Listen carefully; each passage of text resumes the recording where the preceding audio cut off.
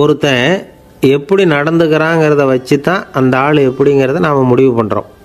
ஆளுமைன்னு சொல்கிறோம்ல, அதுக்கு சூழ்நிலைகளை ஆளுகின்ற தன்மை அப்படின்னு விளக்கம் கொடுக்குறார் ஒரு உளவியல் நிபுணர். சரி, ஒரு மனிதனுடைய ஆளுமையை உருவாக்குகிற விஷயங்கள் என்னென்ன? பிறப்பு, வளர்க்கப்பட்ட விதம், படிப்பு, நண்பர்கள், சமுதாயம், இப்படி நிறைய உண்டு. ஆளுமையின் அடிப்படையில் சில மனநோய்கள் உண்டாகுது. அதெல்லாம் என்னென்னங்கிறத தெரிஞ்சு வச்சுக்கிட்டோம்னா நம்ம கூட இருக்கிறவங்கள அடையாளம் கண்டுபிடிக்கிறதுக்கு அது ரொம்ப உபயோகமாக இருக்கும். ஃப்ரெனாய்டு ஆளுமை அப்படின்னு ஒன்று. இந்த கோளாறு உள்ளவங்க எப்படி இருப்பாங்க தெரியுமா? அதிக உணர்ச்சி, சந்தேகம், பொறாமை இதெல்லாம் அதிகமாக இருக்கும். வளைஞ்சு கொடுக்க மாட்டாங்க. அடுத்தவங்களோட இணக்கமான உறவு இருக்காது. அவங்க செய்கிற தப்புக்கெல்லாம் அடுத்தவங்களை குறை சொல்லிகிட்டு இருப்பாங்க. இது ஒரு ரகம்.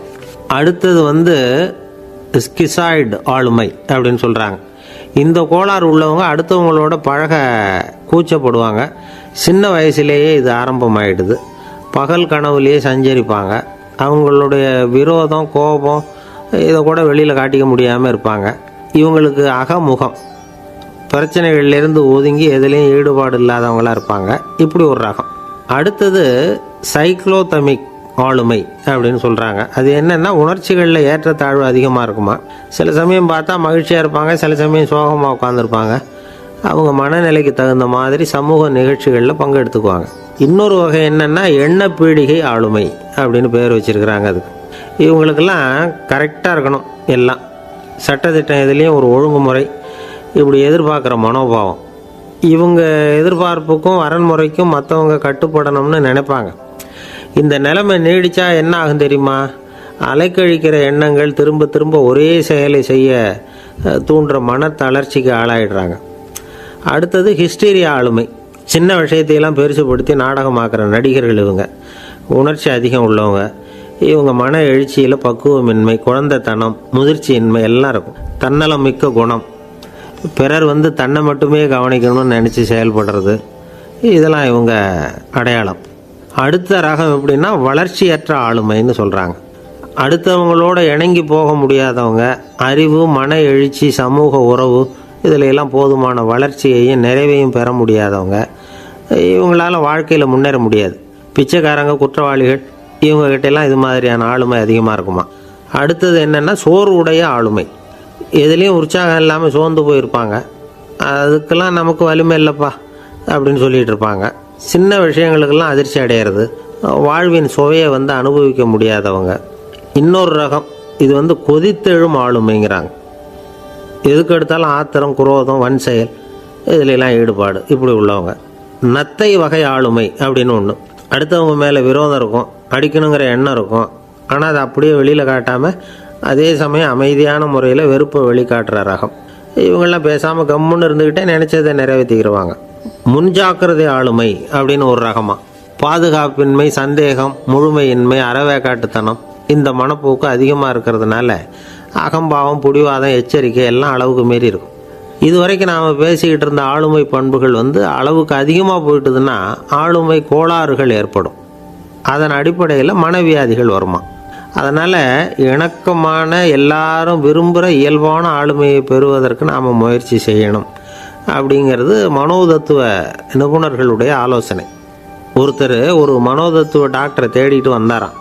டாக்டர், எனக்கு மனசில் ஏதோ வியாதி, ஆளுமை கோளாறு, அதாவது எனக்கு சீக்கிரமாக செத்து போனால் தேவையில்லைன்னு தோணுது அப்படின்னாராம். உடனே அந்த டாக்டர், சரி அப்படின்னா இங்கே இருங்க, நான் வைத்தியம் பார்க்குறேன் அப்படின்னாராம். ஆஃபீஸை முடிஞ்சு வீட்டுக்கு போகிற சமயத்தில் ஒருத்தர் கடைக்கு போய் ஸ்வீட் வாங்கினார். சரி, வீட்டுக்கு பிள்ளைங்களுக்கு தான் வாங்கிட்டு போகிறார் அப்படின்னு மற்றவங்க நினச்சாங்க. அவர் அப்படி செய்யலை. அந்த இடத்துலையே பொட்டலத்தை பிரித்தார். திருட மாதிரி அப்படியே சுற்றி ஒரு தரம் பார்த்துக்கிட்டார். யாரும் தெரிஞ்சவங்க இல்லைங்கிறத முடிவு பண்ணிவிட்டு அவசரமாக அதை அப்படியே போட்டு முழுகிவிட்டு கையை தொடச்சிக்கிட்டு நல்ல பிள்ளை மாதிரி நடந்து போக ஆரம்பிச்சிட்டார். அவர் யாருன்னா, அவரோட பிரச்சனை எல்லாருக்கும் தெரியாது, சில பேருக்கு தான் தெரியும். அதாவது அவர் உடம்பில் சர்க்கரை இருக்குதுன்னு டாக்டர் சொல்லிவிட்டாராம். அதனால் வீட்டில் சர்க்கரையே இவர் கண்ணில் காட்டுறதில்ல. அதனால் இவர் யார் கண்ணிலையும் படாமல் இப்படிப்பட்ட வேலைகள்லாம் செய்கிறது வழக்கம். யாருக்கும் தெரியாமல் இப்படி ஸ்வீட்டை வாங்கி சாப்பிட்டுட்டு அவர் பாட்டுக்கு போயிடுறது. இப்படிப்பட்டவங்களுக்கெல்லாம் கொஞ்சம் ஆறுதலான தகவல் இன்றைக்கி. அது என்னென்னா, நாம் சாப்பிட்ற சர்க்கரைக்கும் நம்ம உடம்புல உள்ள சில கோளாறுகளுக்கும் அப்படி என்ன தான் சம்மந்தம் இருக்குது? இதை பற்றி சமீபத்தில் சில ஆராய்ச்சிகள்லாம் நடந்திருக்குது. ஏன்னா சர்க்கரைன்னாவே விஷம் மாதிரி அதை பார்க்குறவங்களும் சில பேர் உண்டு. சின்ன பிள்ளைங்களுக்கு வயத்தில் பூச்சி உண்டாகிறதுலேருந்து பெரியவங்களுக்கு நீரிழிவு வர்ற வரைக்கும் எல்லாத்துக்கும் சர்க்கரை தான் காரணம்னு சொல்லிகிட்டு இருக்கிறோம். ஆனால் அந்த அளவுக்கு பயப்பட வேண்டிய அவசியம் இல்லை அப்படின்னு சொல்கிறாங்க. சர்க்கரை வியாதி, இருதய நோய், பித்த நீர்ப்பை நோய், இதெல்லாம் சில நோய்கள்லாம் நாம் சாப்பிட்ற சர்க்கரைக்கும் தொடர்பு இருக்குன்னு நினைக்கிறோம். ஆனால் அப்படி சம்பந்தம் உண்டுங்கிறதுக்கு போதுமான அளவுக்கு ஆதாரம் இல்லை அப்படிங்கிறாங்க ஆராய்ச்சியாளர்கள். ஒரே ஒரு சம்பந்தம் தான் உறுதியாக இருக்குதான். அதுவும் இந்த பல் சிதைவு அப்படின்னு இருக்கு இல்லையா, அந்த சர்க்கரை சாப்பிட்றதுக்கும் இந்த பல் சிதைவுக்கும் சம்பந்தம் இருக்குது அப்படிங்கிறத மட்டும் உறுதியாக சொல்கிறாங்க. சர்க்கரைன்னா நாம் சாப்பிட்ற ஜீனி மட்டும் இல்லை, பழம், காய்கறி, பால், தேன், இப்படி எல்லாத்துலேயும் அது இருக்குது. கேரட்டு கொடுக்குற சத்தில் 88% சர்க்கரை, ஆப்பிள் கொடுக்குற சக்தியில் 95% சர்க்கரை. இது ஜீனி சர்க்கரை, இது ஆப்பிள் சர்க்கரை அப்படிங்கிற வித்தியாசம்லாம் உடம்புக்கு கிடையாது. ரெண்டுமே உடனடியாக சக்தி கொடுக்குது. ஒரு ஸ்பூன் சர்க்கரையில் 16 கலோரி தான் சத்து இருக்குது. அதிகமாக சர்க்கரை சாப்பிட்டா நீரிழிவு வந்துருங்கிறது தப்பான ஒரு அபிப்பிராயம். டயபெட்டிஸுங்கிறது ஒரு மெட்டபாலிக் டிஸார்டர், அவ்வளவுதான். அதாவது நாம் சாப்பிட்ற சர்க்கரையை நம்ம உடம்பு திறமையாக உபயோகப்படுத்திக்க முடியல அப்படின்னு அர்த்தம். அதனால தான் அதிகமாக இனிப்பு வேணாம்னு சொல்கிறோம். ஏற்கனவே உடம்பால் முடியாத ஒன்றை மறுபடியும் அது தலையில் சுமத்தி அதிகமாக வேலை வாங்க வேணாமே அப்படிங்கிறதுக்காக தான். ஆகாரத்தில் அதிகமாக சர்க்கரை இருந்தால் அதனால் உடனே சர்க்கரை வியாதி வந்துடும்ங்கிறதுக்கு விஞ்ஞான ரீதியாக போதுமான ஆதாரம் இல்லை. அதனால் எப்போவாவது அதிகமாக ஸ்வீட்டு சாப்பிட்டுட்டா ஐயோ அதிகமாக சாப்பிட்டோமோ, என்ன பண்ண போகுது தெரியலையே அப்படின்னு நினச்சி மனசை போட்டு குழப்பிக்க வேண்டியதில்லை. பொதுவாக எதுவுமே அதிகமாக வேண்டாம், எல்லாம் சீராக இருந்தால் போதும். நீரிழிவுங்கிறது புதுசாக வந்துட்ட ஒரு நோய் இல்லை, ரொம்ப காலமாகவே இருக்கிற ஒன்று தான். நம்ம முன்னோர்கள் இதை மதுமேகம் அப்படின்னு சொல்லுவாங்க. அதை கட்டுப்படுத்துறதுக்கு அவங்களே சில வழிமுறையை சொல்லி வச்சுருக்கிறாங்க. அது என்னென்னா வேறு ஒன்றும் இல்லை, இந்த பாவக்காய், முள்ளங்கி, அருகம்புல், அவ்வளவுதான். வெள்ளை முள்ளங்கி இருக்குல்ல, அதை வாரத்துக்கு 3 நாள் சாப்பிட்டுக்கிட்டு வாங்க. நூலுக்கோல் ரொம்ப நல்லது. இல்லைன்னா முள்ளங்கி சாறு 1 ounce சாப்பிட்டுட்டு வரலாம். ரத்தத்தில் சேர்கிற சர்க்கரை அளவு இதெல்லாம் கட்டுப்படுத்துது. சிறுநீரில் காணப்படுகிற சர்க்கரை அளவையும் சமநிலைப்படுத்துது. தினமும் ஆகாரத்தில் கோதுமை, கேழ்வரகு, வெந்தயம், கருவேப்பிலை, சோயாபீன்ஸ் எது கிடைக்குதோ சேர்த்துக்கலாம். இப்படிலாம் செஞ்சுக்கிட்டு வந்தால் அப்புறம் வீட்டுக்கு தெரியாமல் கடையில் போய் நின்றுக்கிட்டு ஸ்வீட் வாங்கி திருட்டுத்தனமாக சாப்பிட வேண்டிய அவசியமே உங்களுக்கு வராது. 2 ஆசாமிகள் கடற்கரையில் உட்காந்து சாவகாசமாக பேசிக்கிட்டு இருந்தாங்களாம். ஒருத்தர் சொன்னார், இன்னொருத்தருக்கு தெரியாமல் ஸ்வீட்டு சாப்பிட்றதே எப்பவும் இடைஞ்சல் தான் சார். நேற்றுக்கு பாருங்கள், அப்படி தான் சாப்பிட்டுக்கிட்டு இருந்தேன், வீட்டுக்காரி கண்ணில் போட்டுவிட்டுது, அதுக்கப்புறம் ஒரே ரகலையாக போச்சு அப்படின்னாராம். எனக்கு கூட அப்படி தான் சார் ஆகிட்டுது, ஒரே ரகலை அப்படின்னாராம் இன்னொருத்தர். நீங்கள் சாப்பிட்டதும் உங்கள் வீட்டுக்காரங்க கண்ணில் போட்டுவிட்டுதா சார் அப்படின்னு கேட்டிருக்கார் இவர். அதுக்கு அவர் சொன்னாராம், அப்படி இல்லை சார், கடைக்காரர் கண்ணில் போட்டுவிட்டுதோ, நான் அவருக்கு தெரியாமல் அந்த ஸ்வீட்டை அவர் கடையிலேருந்து எடுத்திருந்தேன் அப்படின்னு விளக்கம் கொடுத்தாராம் இந்த ஆள். ஒருத்தர் முகத்தை தொங்க போட்டுக்கிட்டு ஒரு மாதிரியாக வந்தார். என்ன விஷயம்னு விசாரித்தேன். என்னுடைய நண்பன் ஒருத்தங்கிட்ட கருத்து வேறுபாடு, இனிமேல் நமக்குள்ளே எந்த சம்மந்தமும் வேணாம்னு நட்பை முறிச்சிக்கிட்டு வந்துட்டேன்னா. நண்பர்கள்னு இருந்தால் கருத்து வேறுபாடு வரத்தான் செய்யும்னு. கருத்து வேறுபாடு வராமல் இருக்கிறதுக்கு ஏதாவது வழி உண்டா அப்படின்னு கேட்டாங்க. அதை பற்றி நிபுணர்கள் சில யோசனைகளை சொல்லியிருக்கிறாங்கன்னு. முதல் விஷயம் என்னென்னா, உங்கள் நண்பனுக்கு ஒரு செய்தி சொல்லணும்னா அதை நீங்களே நேரடியாக சொல்லுங்கள், அல்லது உங்கள் கைப்பட கடிதம் எழுதுங்க. அதாவது நேரடி தொடர்பு முக்கியம். அதை விட்டுட்டு இன்னொருத்தர் மூலமாக நண்பர்களுக்கு செய்தி அனுப்புனா நீங்கள் சொல்கிற செய்தி அப்படியே போய் சேராது, அது சேதமாயிடும். கூட்டி குறைச்சி சொல்லிவிடுவாங்க, அது குழப்பத்தில் கொண்டாந்து விட்டுரும். இது ஒரு யோசனை. 2வது யோசனை என்னென்னா, நீங்கள் ஒரு நல்ல காரியத்தை செய்யும் பொழுது உங்கள் நண்பரையும் சேர்த்துக்குங்க, அவருக்கும் அதில் ஒரு ஈடுபாட்டை உருவாக்குங்க.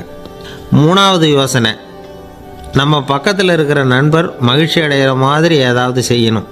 சின்ன சின்ன செயல்களாக இருந்தாலும் பரவாயில்ல, அவர் நமக்கு எதுவும் செய்யலையே, நாம் எதுக்கு செய்யணும் அப்படின்னு நினச்சிக்கிட்டு இருக்கக்கூடாது. 4வது யோசனை என்னென்னா, உங்களுக்கு ஒரு பிரச்சனையா அல்லது உங்கள் நண்பருக்கு ஒரு பிரச்சனையா, எதுவாக இருந்தாலும் 2 பேரும் சேர்ந்து உட்காந்து ஆலோசனை பண்ணுங்கள். நம்ம யோசனையும் கேட்கப்படுதே அப்படிங்கிற நினைப்பே அவருக்கு ஒரு மன நிறைவை உண்டாக்குமா. 5வது யோசனை, உங்கள் நண்பர் ஏதோ ஒரு காரியத்தை செய்கிறார், நீங்கள் உடனே அவசரப்பட்டு நீ செய்கிறது தப்புன்னு தீர்ப்பு சொல்லக்கூடாது. அவர் அதை செய்யறதுக்கான நியாயங்கள் எவ்வளவோ இருக்கும், அதை புரிஞ்சுக்கிறதுக்கு முயற்சி பண்ணணும். 6வது யோசனை, உங்கள் நண்பர் என்ன சொன்னாலும் அதை பொறுமையாக கேளுங்க. அவர் சொல்கிறத புரிஞ்சுக்கணும், அவர் சொல்ல விரும்புகிறத புரிஞ்சுக்கணும், அவர் சொல்ல முடியாமல் தவிக்கிறதையும் புரிஞ்சுக்கணும். இப்படி 3 விதமாகவும் அவரை புரிஞ்சுக்கிட்டு அதுக்கு தகுந்த மாதிரி செயல்படணும். 7வது யோசனை என்னென்னா, உங்கள் நண்பர் உங்ககிட்ட வந்து ஏதோ ஒரு கருத்தை சொல்கிறார், அது உங்களுக்கு பிடிக்கல, அதுக்காக உடனே நீ சொல்கிறது சரியில்லை, நான் ஒத்துக்க மாட்டேன் அப்படின்லாம் மறுத்துக்கிட்டு இருக்கக்கூடாது. அவர் சொல்கிறத கேட்கணும், பொறுமையாக சிந்திக்கணும், அதுக்கப்புறம் பதில் சொல்லணும். இப்படிலாம் நடந்துக்கிட்டால் நண்பர்களுக்குள்ள கருத்து வேறுபாடு வர்றதுக்கு வாய்ப்பே இருக்காது அப்படின்னு வல்லுநர்கள் தொகுத்து சொல்லியிருக்கிறாங்க இந்த யோசனைகளை. எனக்கு தெரிஞ்ச சில நண்பர்கள் உண்டு, அவங்களுக்குள்ளேயும் கருத்து வேறுபாடுகள் வராமல் இருக்கிறதுக்கு சில நுட்பங்களை கையாளுறது உண்டு. ஒருத்தர் சொன்னார், அந்த டாக்டர் சின்ன வயசுலேருந்து என் கூட பழகினவர், நாங்கள் 2 பேரும் இணை பிரியாத நண்பர்கள்.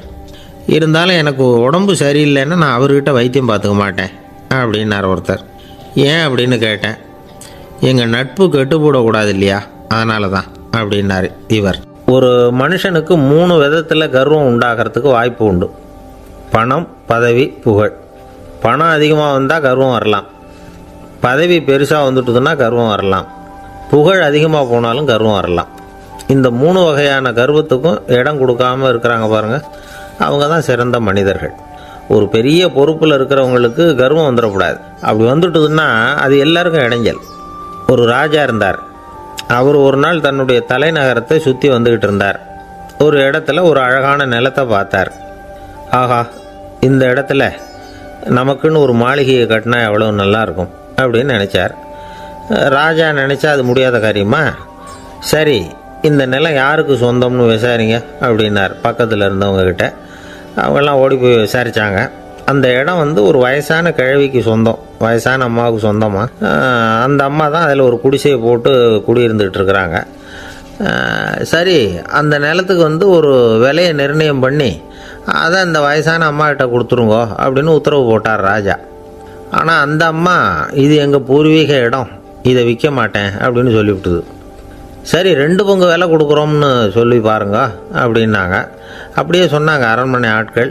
அதுக்கும் சம்மதிக்கலை அந்த அம்மா. இதை கேள்விப்பட்டதும் ராஜாவுக்கு கோபம் வந்துட்டுது. தன்னுடைய ஆளுங்களை கூப்பிட்டார். போய் அந்த குடிசையை பிரித்து எறிங்க, காசெல்லாம் ஒன்றும் கொடுக்காதீங்க அப்படின்னு கத்தினார். அவ்வளோதான். அடுத்த நிமிஷம் அரண்மனை ஆசாமிகள் போனாங்க, குடிசையை பிரித்து எரிஞ்சாங்க. அந்த வயசான அம்மா இருக்குது, அதுவும் அந்த இடத்த விட்டு துரத்தி விட்டாங்க. அந்த இடத்துல ஒரு அரச மாளிகையை கட்டி முடிச்சிட்டாங்க. அந்த வயசான அம்மா பாவம், ராஜாவே இப்படி பண்ணால் யார்கிட்ட போய் முறையிட முடியும்? ஒரு ஞானி இருந்தார், அவர்கிட்ட போய் சொன்னாங்க. அவர் இவங்க சொன்னதை கேட்டு மனசில் வச்சுக்கிட்டார். ஒரு நாள் அந்த ராஜாவே இந்த ஞானியை கூப்பிட்டார். புதுசாக ஒரு மாளிகை கட்டியிருக்கிறேன், வந்து பாருங்கன்னு. சரின்னு சொல்லி இந்த பெரியவர் ஒரு நாள் அந்த மாளிகைக்கு போனார். சும்மா போகல, ஒரு கழுதையையும் ஓட்டிகிட்டு போனார். கொஞ்சம் சாக்குகள், வெத்து சாக்கு, அதையும் எடுத்து கழுதை முதுகில் போட்டு கழுதையை ஓட்டிகிட்டு போகிறார். ராஜா பார்த்தார்.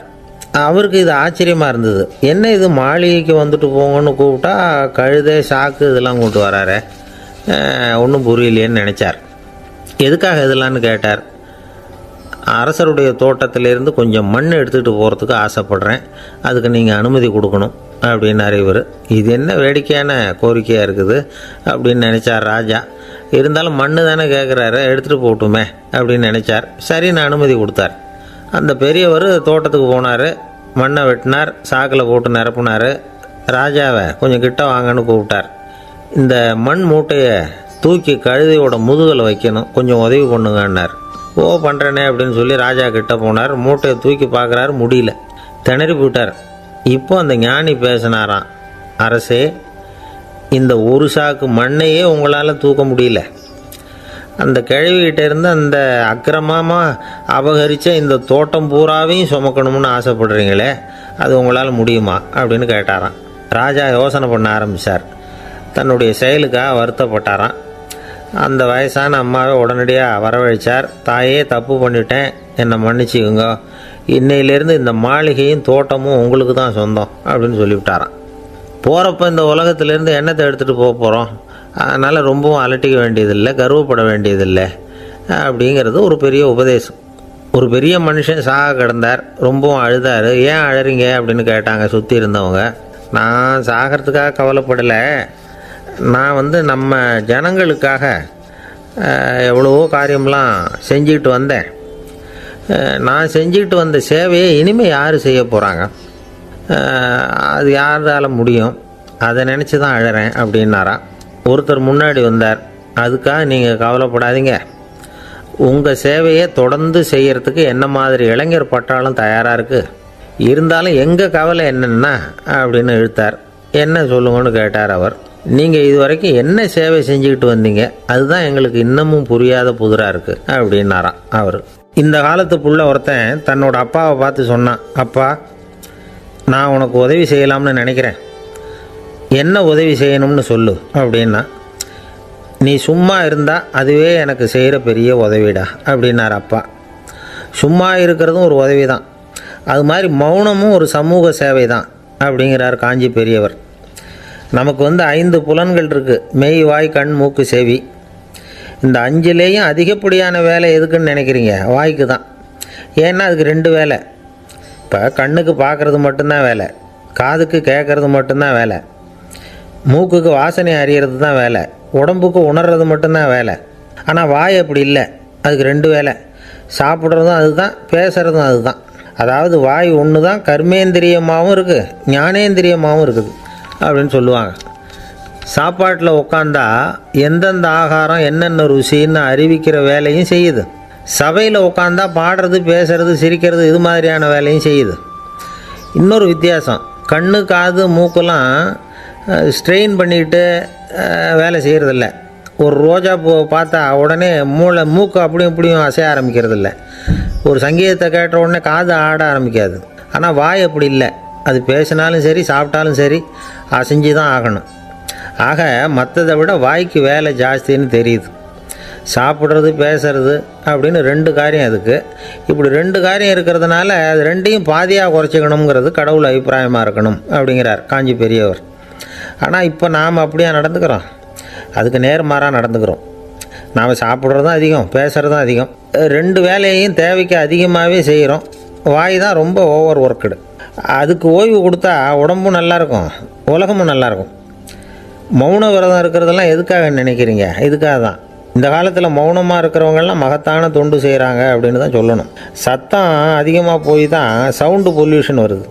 அது மட்டும் இல்லை, மௌனமாக இருந்தால் சண்டை சச்சரவே வராது.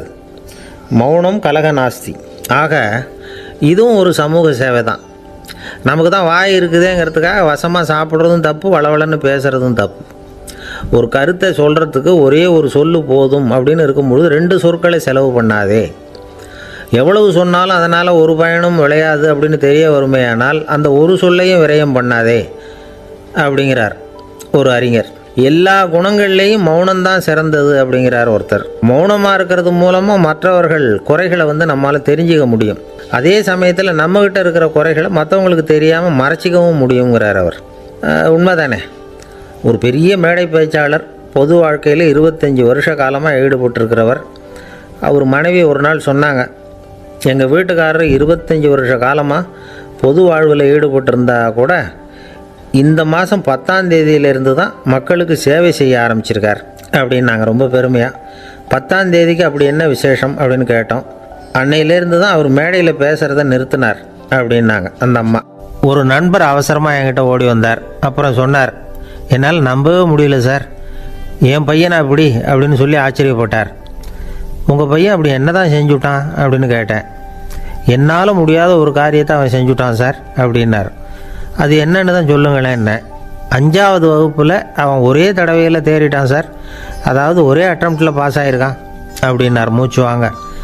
கஷ்டப்பட்டு பரீட்சை எழுதுனது அவன், இவருக்கு ஏன் மூச்சு வாங்குது? நம்மால் செய்ய முடியாத ஒரு காரியத்தை இன்னொருத்தர் செய்யும் பொழுது அது நமக்கு ஆச்சரியமாக இருக்குது. சர்க்கஸ் பார்க்குறோம், ஒருத்தர் அந்த இடத்துல தொங்குறார், அது நமக்கு ஆச்சரியம். ஏன்னா அது நம்மால் முடியாத காரியம். நம்மால் முடியாத ஒன்றை அடுத்தவர் எளிதாக செய்யும் பொழுது நாம் மருள்வது இயற்கை. இதை தான் தொல்காப்பியம் மருட்கை அப்படின்னு சொல்லுது. இந்த வியப்பு இருக்குதே, இது 4 வகையில் ஏற்படுறதாக தொல்காப்பியம் சொல்லுது. அது என்ன 4 வகை? முதல் வகை எப்படின்னா புதுமையான அரிய செயல்களை செய்கிறது. ரெண்டாவது வகை என்னென்னா பெரும் செயல்களை செய்கிறது. மூணாவது வகை என்னென்னா மிக நுட்பமான செயல்களை செய்கிறது. நாலாவது வகை என்னென்னா ஆக்கம் தரும் செயல்களை செய்கிறது. புதுமை, பெருமை, சிறுமை, ஆக்கமோடு மதினம் சாலா மருட்கை நான்கே அப்படிங்கிறது தொல்காப்பியம். இன்றைக்கி விஞ்ஞானம் புதுசு புதுசாக எதையோ கண்டுபிடிக்குது. ஆரம்பத்தில் அது ஆச்சரியமாக இருக்குது, அப்புறம் அது நமக்கு பழகி போடுது. வானொலி பெட்டி புதுசாக வந்தப்போ ஒரு பெட்டி பேசுதுங்கிறது எவ்வளோ பெரிய ஆச்சரியம். இப்போ யாரும் அதை ஆச்சரியமாக பார்க்குறதில்ல. மதினம் சாலா மருட்கை அப்படின்னு ஒரு சொற்றொடர் வருது பாருங்கள். அதில் கருத்தாழம் உண்டு. எதை பற்றியும் போதுமான அளவு புரிந்து கொள்ளாத போது ஒருத்தர் ஆச்சரியப்படுறார். புரிந்து கொண்ட பிறகு ஆச்சரியம் மறைஞ்சு போடுது. மிக நுட்பமான செயல்களும் நம்ம ஆச்சரியப்பட வைக்கும். ஒரு அரிசியில் ஒரு திருக்குறள் எழுதி காட்டுறாங்க, ஒரு முட்டை ஓட்டுக்குள்ளே ஓவியம் தீட்டி காட்டுறாங்க. கருங்கல் சிற்பங்களில் எவ்வளோ நுட்பமான வேலைப்பாடுகளை எல்லாம் பார்த்து ஆச்சரியப்படுறோம். இது மாதிரி ஆக்கப்பூர்வமான அரிய செயல்களை செய்கிறது கூட வியப்பை உண்டு பண்ணும். குப்பை கூலங்களை கூட வாழ்க்கைக்கு பயன்படுகிற பொருளாக மாற்றுகிறவர்கள் இருக்காங்க. அவர்களுடைய செயல் வியப்பு அளிக்குது. இடைக்காட்டு சித்தர் பாடின மூவடி 30ங்கிற நூலில் வர்ற ஒரு பாடல், ஆற்றல் பிறர் அறிதலின் அகம் கிளர்வு உறுதலின் கற்று அறி பாணர் கழுமிய கோடலின் தோற்றம் உருகவே போற்றல் சால் வியப்பே. ஒருத்தருடைய ஆற்றல் தெரியாமல் இருந்தது, அவருடைய அரிய செயலை பார்க்கும் பொழுது வியப்பாக இருந்தது, மனசுக்குள்ள கிளர்ச்சி. பாவலர்கள் இவர்களுடைய புகழை பாடி மற்றவர்களும் தெரிந்து கொள்ளுமாறு செய்கிறார்கள். அப்படிங்கிறது தான் ஒரு யதார்த்தமான உண்மை. ஆக எல்லா வகையிலும் மக்கள் தங்களுடைய வாழ்க்கையில் முன்னேறுவதற்கான வழிகாட்டுகிற ஒரு மெய்ப்பாடு தான் வியப்புங்கிறது. இந்த காலத்தில் நம்ம எப்படியெல்லாம் ஆச்சரியப்பட வைக்கிறாங்க. ஒரு ஆளை பிடிச்சி ஜெயிலில் கொண்டு வந்தாங்க. ஜெயில் அதிகாரி அவனை ரொம்ப ஆச்சரியமாக பார்த்தாரான். இவன் கேட்டான், ஏன் சார் அப்படி பார்க்குறீங்க, நான் இப்போ இங்கே வர்றது உங்களுக்கு ஆச்சரியமாக இருக்குதா அப்படின்னு கேட்டிருக்கான். இதுக்கு ஜெயில் அதிகாரி சொல்லியிருக்கார், நீ இப்போ இங்கே வந்ததில் எனக்கு ஒன்றும் ஆச்சரியம் இல்லைப்பா, ஏற்கனவே நீ இங்கேருந்து விடுதலையாகி போய் 6 மாதம் ஆச்சு, இவ்வளவு லேட்டாக வர்றியே அதுதான் எனக்கு ஆச்சரியமாக இருக்குது அப்படின்னாராம். ஒருத்தர் ஒரு தவறு செஞ்சு விடுறாருன்னு வச்சுக்கோங்க, உடனே நீ செஞ்சது தவறு அப்படின்னு சொல்கிறது ஒரு வகை. அதுக்கு பதிலாக எது சரின்னு அவர் புரிந்து கொள்ள உதவி செய்கிறது இன்னொரு வகை. இந்த ரெண்டாவது வகை இருக்குது பாருங்கள், நிர்வாக இயலில் இது ரொம்ப முக்கியம். அலுவலகத்தில் வேலை பார்க்குற ஒருத்தர் முக்கியமாக தெரிஞ்சுக்க வேண்டியது என்ன தெரியுமா? சக ஊழியர்கள்கிட்ட எப்படி பழகணும், மேலதிகாரிகள்கிட்ட எப்படி பழகணும், தனக்கு கீழே வேலை செய்கிறவங்கக்கிட்ட எப்படி பழகணும், வாடிக்கையாளர்கள்கிட்ட எப்படி பழகணும், இவங்க எல்லார்கிட்டையும் செம்மையான உறவை ஏற்படுத்திக்கிறது எப்படி. இதையெல்லாம் சொல்லிக் கொடுக்குற பாடம் தான் இன்டர் பர்சனல் ஸ்கில், திறமையான உறவு அப்படிங்கிறது. எந்த வேலையில் இருந்தாலும் சரி, இந்த உறவுகளை வளர்க்கும் திறன் உள்ளவங்க சீக்கிரம் முன்னுக்கு வந்துடுறாங்க. மற்றவங்க கிட்ட உறவை பலப்படுத்திக்கிறது எப்படி அப்படின்னு தெரிஞ்சுக்கிட்டோம்னா எந்த ஒரு தடையையும் சுலபமாக தாண்டி செய்கிற தொழிலில் முன்னுக்கு வந்துடலாம். ஹார்வர்டு பல்கலைக்கழகத்தில் ஒரு கணக்கெடுப்பு பண்ணி பார்த்தாங்களாம். பார்க்குற வேலையில் எது மாதிரி குணாதிசயம் உள்ளவங்க வேகமாக முன்னுக்கு வர்றாங்க அப்படின்னு தெரிஞ்சுக்கிறதுக்காக இந்த கணக்கெடுப்பு. வெவ்வேறு துறையில் வேகமாக முன்னுக்கு வந்திருக்கிற பல பேரை சந்தித்து இந்த சர்வேயை நடத்தியிருக்கிறாங்க. அவங்க கண்டுபிடிச்சி சொல்லியிருக்கிற உண்மை என்ன தெரியுமா? ஒருத்தர் ஒரு வேலையில் இருந்தால் அது சம்பந்தப்பட்ட சப்ஜெக்ட் பற்றிய அறிவு 35% இருந்தால் போதுமா. ஆனால் உறவுகளை வளர்க்கக்கூடிய திறன், இன்டர் பர்சனல் ஸ்கில்லு 65% வேணும். இப்படி உள்ளவங்க சீக்கிரம் முன்னுக்கு வந்துடுறாங்களாம். அதனால் ஒருத்தருக்கு வேலை சரியாக புரியலைன்னா கூட விவரமாக மற்றவங்கக்கிட்ட பழகிறது எப்படின்னு புரிஞ்சால் போதும், அவர் முன்னுக்கு வந்துடலாம். அலுவலகங்களில் மட்டும் இல்லை, எல்லா இடங்கள்லையும் இது ரொம்ப முக்கியம். வீட்டுக்குள்ளேயும் இது ரொம்ப முக்கியம், வீட்டுக்கு வெளியேயும் இது முக்கியம்.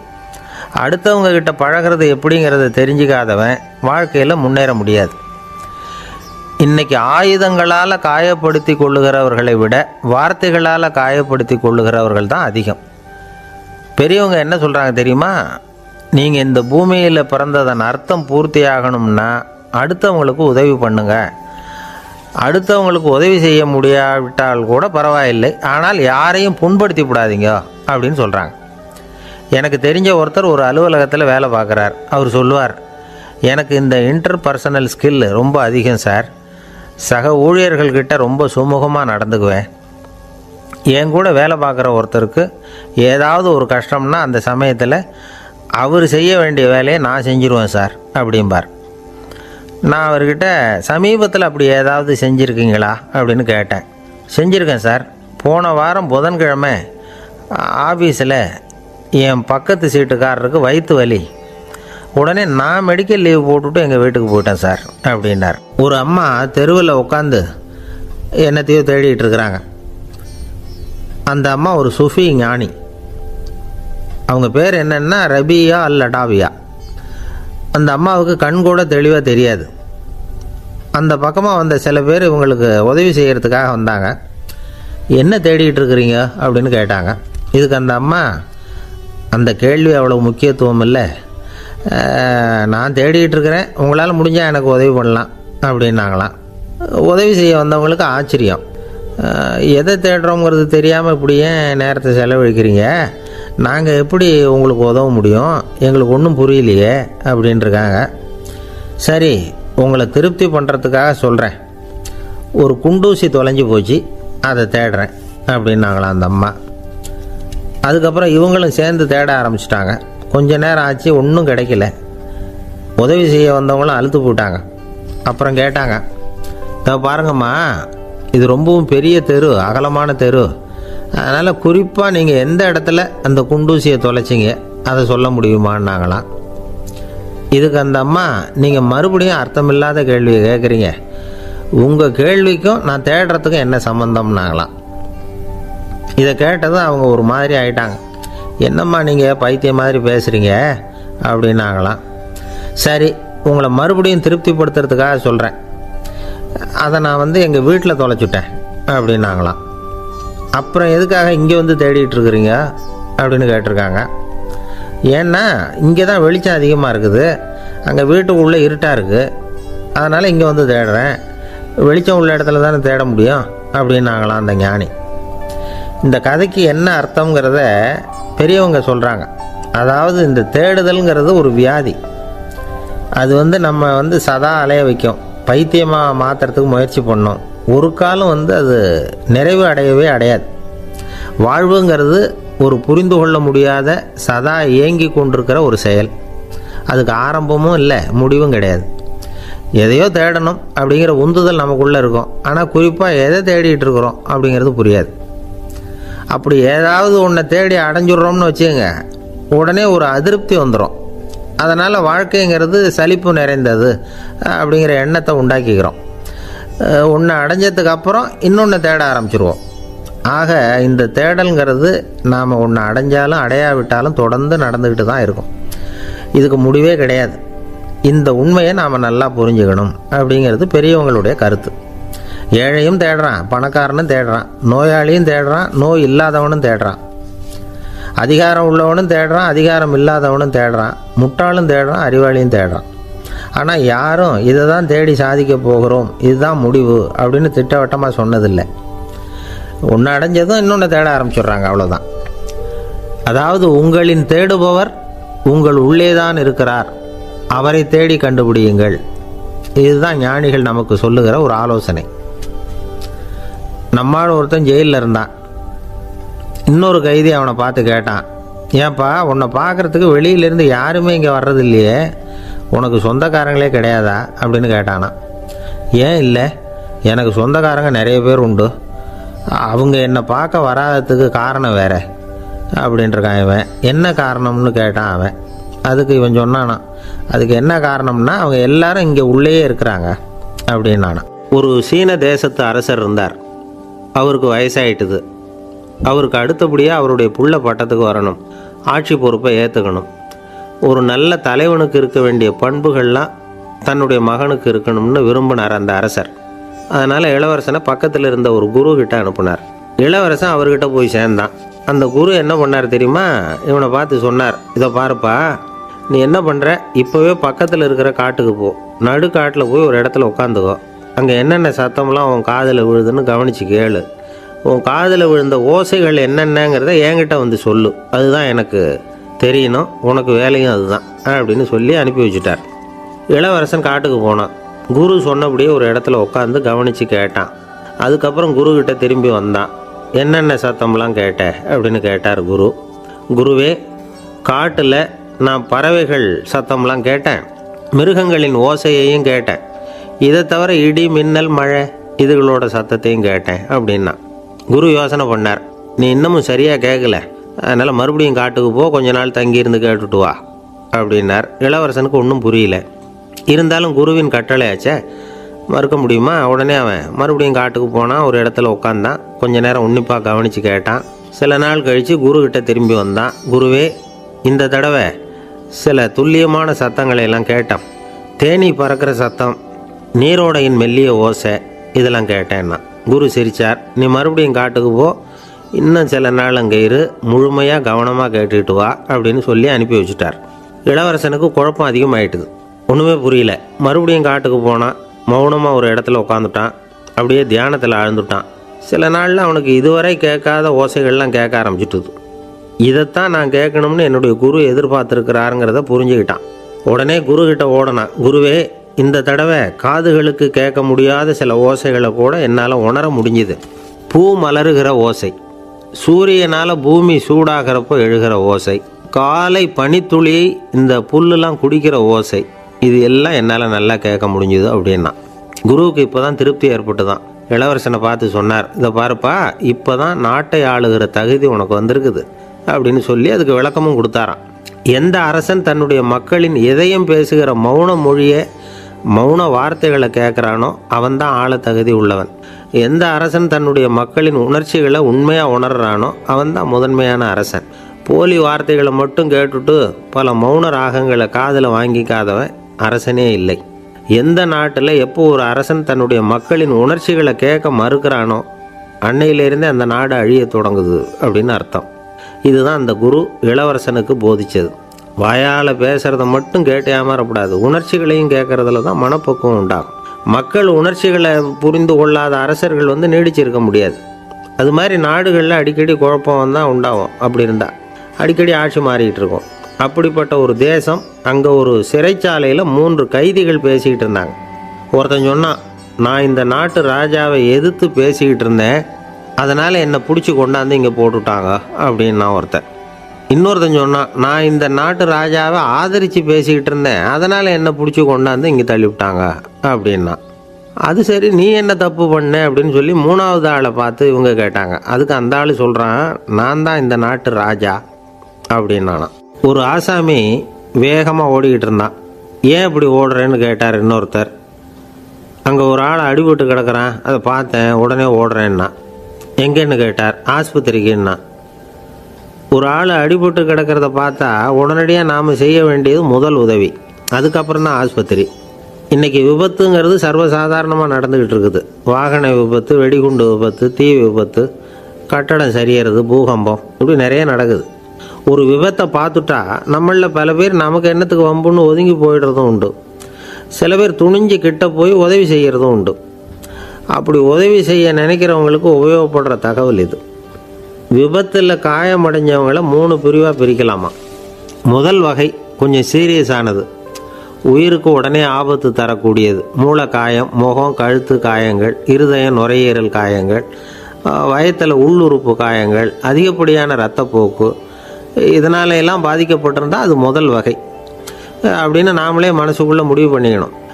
இவங்களுக்கெல்லாம் உடனடியாக முதல் உதவி கொடுக்கணும். தாமதப்படுத்தாமல் ஆஸ்பத்திரிக்கு கொண்டுகிட்டு போயிடணும். இப்படி கொஞ்சம் எச்சரிக்கையாக நடந்துக்கிட்டால் அவங்களில் பல பேரை காப்பாற்றி போடலாம். 2வது வகை எப்படின்னா, முதல் உதவி விரைவாக கிடைச்சா உயிர் பிழைக்கக்கூடிய மார்பு காயங்கள், கைகால் எலும்பு முறிவு, இடுப்பு முதுகெலும்பு காயம், சீரான இரத்த சேதம், இப்படிப்பட்டவங்களை 2வது வகையாக பிரிக்கணும். ஆபத்து இல்லாத சிராய்ப்புகள், சிறு காயங்கள், இரத்த உறைவுகள், இதனால் பாதிக்கப்படுறவங்க 3வது வகை. ஒருத்தர் தலையில் அடிபட்டு நினைவு விழுந்துட்டார்னு வச்சுங்க, அவருக்கு வாந்தி வர்றதுனால புறையேறி மூச்சு அடைப்பு உண்டாகும். இப்படி ஆகாமல் இருக்கிறதுக்காக தலையை ஒரு பக்கமாக சாய்ச்சி வைக்கலாம். நாடி துடிப்பையும் இதய துடிப்பையும் தொட்டு பார்க்கணும். அது குறைஞ்சிருந்தாலும் சரி, நின்று இருந்தாலும் சரி, அவர் மார்பை நிமிஷத்துக்கு 80 தடவை உள்ளங்கையால் அழுத்தி இதய துடிப்பை வந்து மீட்கிறதுக்கு உதவி பண்ணணும். கழுத்தில் காயம்பட்டாலும் ஆபத்து அதிகம். கழுத்துக்கு அடியில் ஒரு துண்டை மடித்து வைக்கலாம். 2 பக்கமும் சின்ன தலையணை அல்லது துணி மடிப்புகளை வச்சு கழுத்தை அதிகமாக அசையாமல் பார்த்துக்கலாம். முதுகெலும்பு முறிஞ்சிருக்குமோ அப்படிங்கிற சந்தேகம் இருந்ததுன்னா அவரை அதிகமாக அசைய விடக்கூடாது. அதிகமாக அசைஞ்சால் தண்டு இடத்துல பாதிப்பு ஏற்பட்டு கை கால் விளங்காமல் போயிடும். அவரை ஒரு கனமான போர்வை இல்லைன்னா பாயில் படுக்க வச்சு 4 பேர் மெதுவாக தூக்கி மருத்துவ உதவிக்கு அனுப்பி வைக்கலாம். கையெலும்பு முறிஞ்சிருந்தால் முறிஞ்ச பாகத்தை உடம்போடு சேர்த்து அசையாமல் கட்டி போடலாம். கால் எலும்பு முறிஞ்சிருந்தால் மற்ற காலோடு சேர்த்து கட்டி போடலாம். முறிஞ்ச பாகம் தொங்காமல் பார்த்துக்கணும். அப்போ தான் வீக்கம் உண்டாகாமல் இருக்கும். வெட்டு காயம், குண்டடிப்பட்ட காயம் இதிலெல்லாம் ரத்தப்போக்கு அதிகமாக இருக்கும்.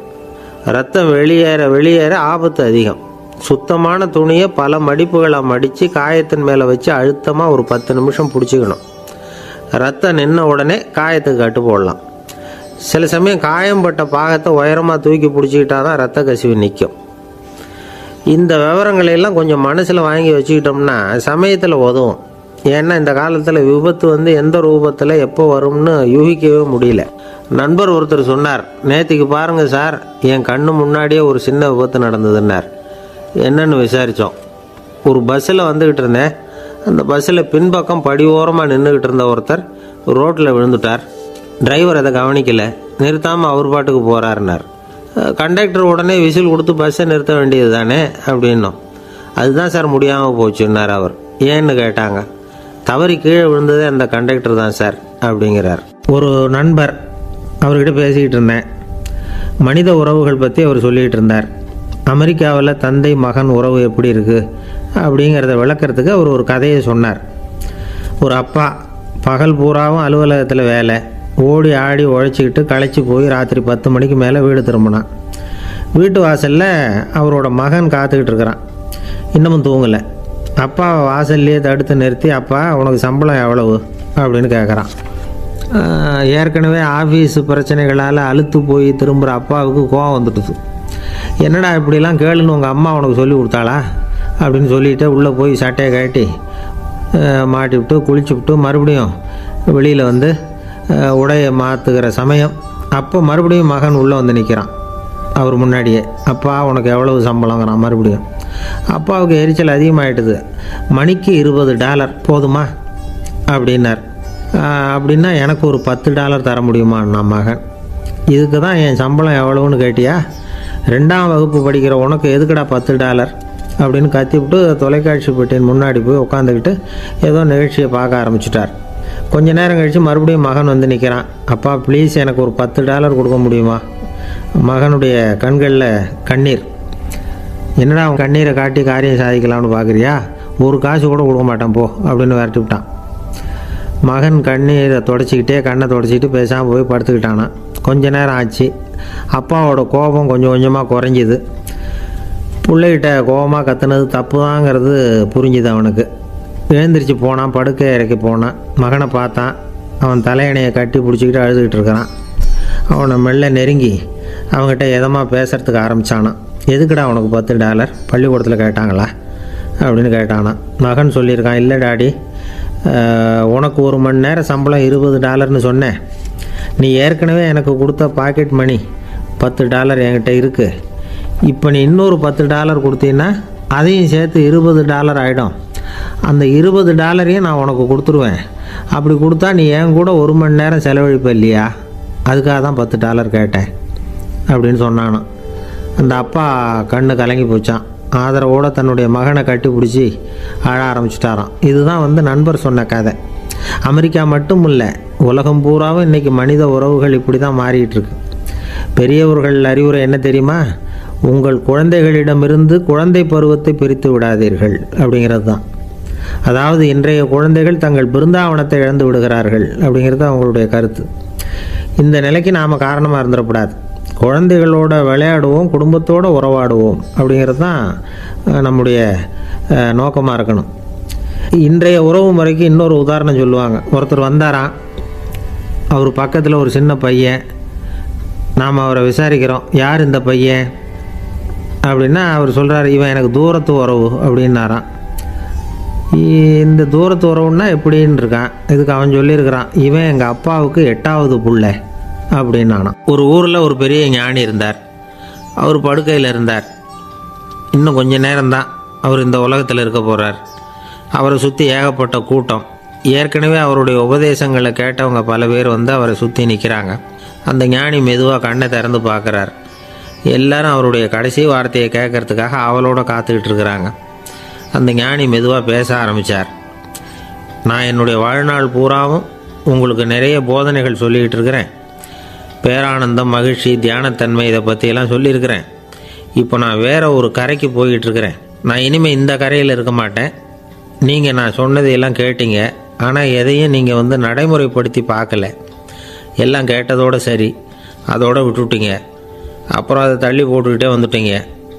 மேலும் அதை தள்ளி போடுறதுல எந்த பிரயோஜனமும் கிடையாது. இப்போ நான் போய்கிட்டு இருக்கிறேன். உங்களில் யாராவது என்னோட வர்றதுக்கு தயாரா அப்படின்னு கேட்டார். அவ்வளவுதான். யாரும் வாயை திறக்கலை. ஒரே மௌனம், சத்தமே இல்லை. ஒருத்தர் பார்த்துக்கிட்டே நிற்கிறாங்க. அந்த கூட்டத்தில் ஒரு ஆள் அந்த ஞானி கூடவே 40 வருஷத்துக்கு மேலே இருந்திருக்கிறான். அவனும் வாயை திறக்காமல் இன்னொருத்தன் முகத்தை பார்த்துக்கிட்டே நிற்கிறான். இந்த சமயத்தில் பின்னாடி நின்றுக்கிட்டு இருந்த ஒருத்தன் கையை தூக்கினான். ஞானி அவனை பார்த்தார். சரி, ஒருத்தனுக்காவது நம்மோட வர்றதுக்கு தைரியம் இருக்குது அப்படின்னு நினச்சார். ஆனால் அந்த ஆள் என்ன சொன்னான் தெரியுமா? ஐயா, நீங்கள் கேட்குறப்போ நான் உடனே எழுந்திருக்கல, கையை மட்டும்தான் தூக்கினேன். என்ன காரணம்னா, நான் எப்படி அடுத்த கரைக்கு வந்து சேர்றதுங்கிறது தெரிஞ்சுக்கிறதுக்காக தான். அந்த விவரத்தை மட்டும் இப்போ உங்ககிட்ட இருந்து நான் தெரிஞ்சுக்க ஆசைப்பட்றேன். ஏன்னா இப்போ நான் உங்கள் கூட வர்றதுக்கு தயாராக இல்லை. எவ்வளவோ காரியங்களை நான் இன்னும் இங்கே முடிக்க வேண்டி இருக்குது. வீட்டுக்கு ஒரு விருந்தினர் வந்திருக்கிறார். என்னுடைய இளைய மகனுக்கு கல்யாணம் பண்ணி வைக்கணும். அதனால் இன்றைக்கி உங்கள் கூட வர முடியாது.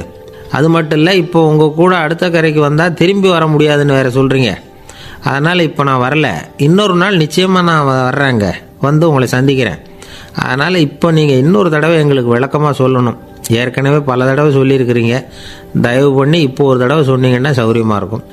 அந்த அடுத்த கரையை அடையிறது எப்படி?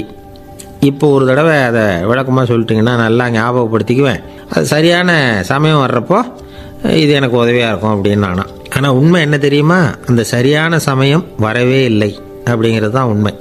இப்படி அந்த கதை முடியும். இந்த கதை வந்து அந்த ஒரு ஆளுக்கு மட்டும் இல்லை, கிட்டத்தட்ட எல்லாருக்குமே அது பொருந்தும் அப்படிங்கிறாங்க விவரம் தெரிஞ்சவங்க. எல்லாருமே அந்த சரியான தருணத்துக்காக தான் காத்துக்கிட்டு இருக்கிறாங்களாம். அதுக்காக ஜோசியம் பார்க்குறாங்க, கைரேகை பார்க்குறாங்க. நாளைக்கு என்ன நடக்குங்கிற ஆவலில் எல்லாரும் காத்துக்கிட்டு இருக்கிறாங்க. ஆனால் அந்த ஒரு நாள் ஒருபோதும் வரப்போகிறதில்ல. நீங்கள் தள்ளி போடுறதுக்காக பல அர்த்தமில்லாத காரணங்களை தேடுறீங்க அப்படிங்கிறார் ஒரு ஞானி. காத்திருக்கிறதுலேயே நம்ம காலம் ஓடி போயிடுது. ஏன்னா இன்றைக்கி நாம் சிந்திக்கிறது நாளைக்கு நாம் சிந்திக்கிறது இல்லை. ஒவ்வொரு நாளும் ஒவ்வொரு மாதிரி போயிடுது. நாளைக்கு மறுநாளை பற்றியே சிந்திக்கிறோம். இப்படியே அது பாட்டுக்கு போயிடும். கரையை தொட்டு பார்க்குறது எப்போ? இதுதான் கேள்வி. நமக்கு வேண்டியப்பட்ட ஒருத்தர் ஒரு ரயில்வே பிளாட்ஃபாரத்தில் நின்றுட்டு இருக்கிறார். அங்கே இருக்கிறவங்க கிட்ட கேட்குறாராம், விசாரிக்கிறார். ஏங்க கிழக்க போகிற ரயில் போயிட்டுதுங்களான்னாராம். போயிட்டுதுன்னு இருக்கிறாங்க. கொஞ்ச நேரம் கழித்து ஏங்க மேற்க போகிற ரயில் போயிட்டுதுங்களான்னு கேட்டிருக்காரு. போயிட்டுதுங்களான் இருக்காங்க. அப்புறம் கொஞ்சம் நேரம் கழித்து மறுபடியும் ஏங்க 10:30 மணி வண்டி போட்டுதான்னு கேட்டிருக்காரு. தொடர்ந்து காலையிலேருந்து சாயந்தரம் வரைக்கும் இப்படி ஒரே இடத்துல நின்றுட்டு கேட்டுக்கிட்டே இருக்கிறார். இதை பார்த்துக்கிட்டு இருந்த ஒருத்தர் அவர்கிட்ட வந்து, ஏங்க நீங்கள் எங்கே போகணும் அப்படின்னு கேட்டாராம். இவர் மெதுவாக சொன்னாராம், இந்த ரயில்வே லைனை தாண்டி அந்த பக்கம் போகணும் அப்படின்னாராம். நம்பிக்கை இல்லைன்னா இந்த உலகத்தில் நாம் வந்து நடமாடவே முடியாது. அவநம்பிக்கையோடு இருந்துக்கிட்டு இருந்தால் என்றைக்கும் அவஸ்தை தான். நாம் நம்புறது நடக்குதோ இல்லையோ அது வேறு விஷயம். ஆனால் எதையும் நம்பி தான் நாம் அடி வைக்க வேண்டியிருக்கு. வேறு ஒன்றும் வேணாம். ஒரு லாட்ரி சீட்டு வாங்குகிறோம். அது எங்கே நமக்கு விழப்போகுது அப்படிங்கிற அவநம்பிக்கையோடவா வாங்குகிறோம்? பரிசு நமக்கு தான் அப்படிங்கிற நம்பிக்கை உள்ளூர இருக்கிறதுனால தான் அதை வாங்குகிறோம். இருந்தாலும் முடிவு வேறு மாதிரி ஆகிடுது. அதுக்காக மனசு சோர்ந்து போகிறதில்ல. அடுத்த மாதமும் சீட்டு வாங்குகிறோம். இந்த நம்பிக்கை தான் மனித வாழ்க்கைக்கு ஆதாரம். ஒரு கடையில் போய் டீ சாப்பிட்றீங்க. அந்த டீ நல்ல டீ தானா, அதில் விஷம் கலந்துருக்குமா அப்படிங்கிற சந்தேகம் வந்துட்டுதுன்னு வச்சுங்க. அதுக்கப்புறம் அதை எப்படி நீங்கள் சாப்பிட முடியும்? நம்பி தான் சாப்பிட்ணும். ரயில் ஒழுங்காக போய் சேருங்கிற நம்பிக்கை இருக்கிறதுனால தான் அதில் ஏறி உட்காடுறோம். லெட்டர் ஒழுங்காக போய் சேருங்கிற நம்பிக்கை இருக்கிறதுனால தான் பெட்டியில் போடுறோம். சரி, நம்ம கதையெல்லாம் நம்மளோட இருக்கட்டும். மனித நம்பிக்கை வந்து எந்த அளவுக்கு உறுதியாகவும் அறிவுபூர்வமாகவும் இருக்கணுங்கிறதுக்கு அலெக்சாண்டர் வாழ்க்கையில் நடந்த ஒரு சம்பவத்தை உதாரணமாக சொல்லலாம். இந்த உலகத்தையே ஜெயிக்கணும்னு புறப்பட்டார் அலெக்சாண்டர். ஒரு கட்டத்தில் அவர் சிட்னஸ் நதி கரைக்கு வந்து சேர்ந்தார். அந்த சமயத்தில் அவருக்கு கடுமையான நோய் வந்துட்டுது. அவர் கூடவே வந்திருந்த கிரேக்க வைத்தியர்கள் என்னென்னமோ முயற்சியெல்லாம் பண்ணி பார்த்தாங்க. இருந்தாலும் அலெக்சாண்டருக்கு வந்திருக்கிறது என்ன நோய்ங்கிறத அவங்களால கண்டுபிடிக்க முடியல. ஏன்னா அந்த பகுதியில் உள்ளவங்களுக்கு மட்டுமே அதிகமாக வரக்கூடிய ஒரு வினோதமான நோயாக இருந்தது அது. ஆனால் அவர் இருக்கிற இடம் எதிரியோட இடம், பாரசீக மன்னனோட ஆளுகைக்கு உட்பட்ட இடம். என்ன பண்ணுறது அப்படின்னு எல்லாரும் யோசனை பண்ணாங்க. பாரசீக மன்னனோட அரண்மனையில் இருக்கிற வைத்தியர் வந்தால் இந்த நோயை குணப்படுத்தி விடுவார் அப்படின்னு சொன்னாங்க. இருந்தாலும் எதிரியோட நாட்டில் இருக்கிற வைத்தியரை கூப்பிட்டு எப்படி நம்பி வைத்தியம் பார்க்க சொல்கிறது அப்படின்னு சொல்லி எல்லோரும் தயங்கினாங்க. ஆனால் அலெக்சாண்டர் தயங்கலை. பரவாயில்ல, அழைச்சிட்டு வாங்கன்னு விட்டார். உடனே அவரை போய் அழைச்சிட்டு வந்துட்டாங்க. அவர் வந்தார். அலெக்சாண்டர் உடம்பை பரிசோதனை பண்ணி பார்த்தார். சரி, இதை குணப்படுத்தி விடலாம், பயப்பட வேண்டியதில்லை. ஆனால் இதுக்கு ஒரு மூலிகை ரசம் தயார் பண்ணி கொடுக்கணும். நான் போய் அதை தயார் பண்ணிவிட்டு 2 நாளில் திரும்பி வந்துடுறேன் அப்படின்னு சொல்லிவிட்டு போனார் அந்த வைத்தியர். அதே மாதிரி 2 நாளில் திரும்பி வந்தார் மூலிகை ரசத்தோட. இதுக்கு இடையில் அலெக்சாண்டரோட தளபதிகளில் ஒருத்தர் ரகசியமாக ஒரு எச்சரிக்கை கடிதம் கொடுத்து அனுப்பியிருக்கிறான். அதை வாங்கி என்ன விஷயம்னு பார்த்தார். இப்போ உங்ககிட்ட வந்திருக்கிற எதிரி நாட்டு வைத்தியரை நம்பாதீங்கோ, அவன் கொண்டுகிட்டு வந்திருக்கிற மூலிகை ரசத்தில் விஷம் கலந்துருக்குது அப்படின்னு அதில் எழுதியிருக்கு. அதை பார்த்தார் அலெக்சாண்டர். இருந்தாலும் கொஞ்சம் கூட அலட்டிக்கலை. வைத்தியர் கொடுத்த மருந்தை வாங்கி கடகடன்னு குடிச்சுட்டு அதுக்கப்புறம் அந்த கடிதத்தில் இருந்த விஷயத்தை அந்த வைத்தியர்கிட்ட சொன்னார். வைத்தியர் திகைச்சு போயிட்டார். தன் மேலே அலெக்சாண்டர் வச்சிருக்கிற நம்பிக்கையை பார்த்து அவருக்கு ரொம்ப வியப்பு. வைத்தியர் உண்மையிலேயே நல்ல மருந்து தான் கொண்டுகிட்டு கொடுத்துருக்கிறார், அதில் விஷம்லாம் எதுவும் கலக்கலை. அதுக்கப்புறம் அலெக்சாண்டர் அந்த வைத்தியரை பார்த்து சொன்னாராம், நம்பிக்கைங்கிற அச்சாணியை ஆதாரமாக வச்சுக்கிட்டு தான் இந்த உலகம் சுற்றிக்கிட்டு இருக்குது. எனக்கு எதிரியாக இருந்தாலும் பாரசீக மன்னர் ரொம்ப பெரியவர். அப்பேற்பட்ட மன்னருடைய அரண்மனை வைத்தியர் தொழில் நேர்மை இல்லாதவராக இருக்க மாட்டார். அப்படி இருந்தால் அவரை அரண்மனை வைத்தியராக வச்சிருக்கவே மாட்டாங்க அப்படின்னு நம்பினேன். என்னுடைய நம்பிக்கை வீண் போகலை அப்படின்னாராம். இதுதான் மானுட நம்பிக்கைங்கிறது. இந்த காலத்துலேயும் இது மாதிரி இந்த மானுட நம்பிக்கையை ரொம்பவும் சாமர்த்தியமாக கையாளுகிற கெட்டிக்காரங்க சில பேர் இருக்கிறாங்க. இந்த காலத்து குரு, அவருக்கு ஒரு சிஷ்யன். குரு முன்னாடி அந்த சிஷ்யன் ரொம்ப பணிவாக நின்று, குருவே, உங்கள் கையால் விஷத்தை கொடுத்தாலும் அதை வாங்கி மடமடன்னு குடிச்சிருவேன் அப்படின்னா. உன்னுடைய குரு பக்தியை மெச்சினேன் அப்படின்னார் குரு. அதுக்கு அந்த சிஷ்யன், அப்படி இல்லை குருவே, உங்ககிட்ட சிஷ்யனாக இருக்கிறத விட உங்கள் கையால் விஷத்தை வாங்கி குடிச்சு விட்றது ரொம்ப நல்லது, அதனால தான் அப்படி சொன்னேன் அப்படின்னா. ஒரு தீக்குச்சி தீப்பெட்டியை பார்த்து கேட்டுதான், நாம் 2 பேரும் தானே உரசிக்கிறோம், ஆனால் நான் மட்டும் தீப்பிடிச்சி எரிஞ்சு போகிறேன், நீ அப்படியே இருக்கிறியே அப்படின்னு தான். அதுக்கு தீப்பெட்டி சொல்லியிருக்குது, உனக்கு தலையில் கணம் இருக்குது அதனால் அழிஞ்சு போகிற அப்படின்னு தான். எப்படி இருக்குது பாருங்கள் இந்த பதில். தலையில் கணம் உள்ளவங்க யாருமே சரியாக இருக்க முடியாது. எவ்வளவு பெரியவங்களாக இருந்தாலும் சரி, ரொம்ப கஷ்டம்தான் அது. கர்வம்ங்கிறது கூடவே கூடாது. இதை விளக்கிறதுக்கு மகான் ஒருத்தர் ஒரு சம்பவத்தை சொல்கிறார். அர்ஜுனன் தீர்த்த யாத்திரை பண்ணானா. அப்போது தென்னிந்தியாவுக்கு வந்திருக்கிறான். ராமேஸ்வரத்துக்கு போனப்போ அங்கே இலங்கைக்கு கல்லுலாம் அடுக்கி போடப்பட்டிருந்த பாலத்தை பார்த்தானா. ஒரு சின்ன குரங்கு அதுக்கு பக்கத்தில் விளையாடிக்கிட்டு இருந்திருக்கு. அதை பார்த்துட்டு அர்ஜுனன் சிரிச்சிருக்கான். ஏன் சிரிக்கிறேன்னு கேட்டிருக்கு அந்த குரங்கு. ராமன் மிகச்சிறந்த வில் வீரன். அப்படி இருக்கிறப்போ அவன் இலங்கைக்கு அம்புகளாலேயே ஒரு பாலம் கட்டியிருக்கலாம். அதை விட்டுட்டு போயும் உன்ன மாதிரி குரங்குகளை துணையாக வச்சுக்கிட்டு இப்படி ஒரு கருங்கல் பாலத்தை கட்டியிருக்கிறானே அப்படின்னு நானா. அம்புகளால் பாலம் கட்ட முடியுமா அப்படின்னு கேட்டுதான் குரங்கு. ஏன் முடியாது, என்னால் முடியுமேன்னு இருக்கான் அர்ஜுனன். அம்பால் பாலம் கட்டலாம், இருந்தாலும் என்ன மாதிரி குரங்குகள் ஏறி நடந்தா அது தாங்குமா? அதனால தான் ராமர் கருங்கல் பாலமே கட்டினார் அப்படின்னுது குரங்கு சொல்லிச்சான். அப்படியே சொல்கிற, நான் வேணும்னா இப்போ அம்புகளாலேயே ஒரு பாலத்தை கட்டுறேன், நீ அது மேலே ஏறி நடந்து பார்.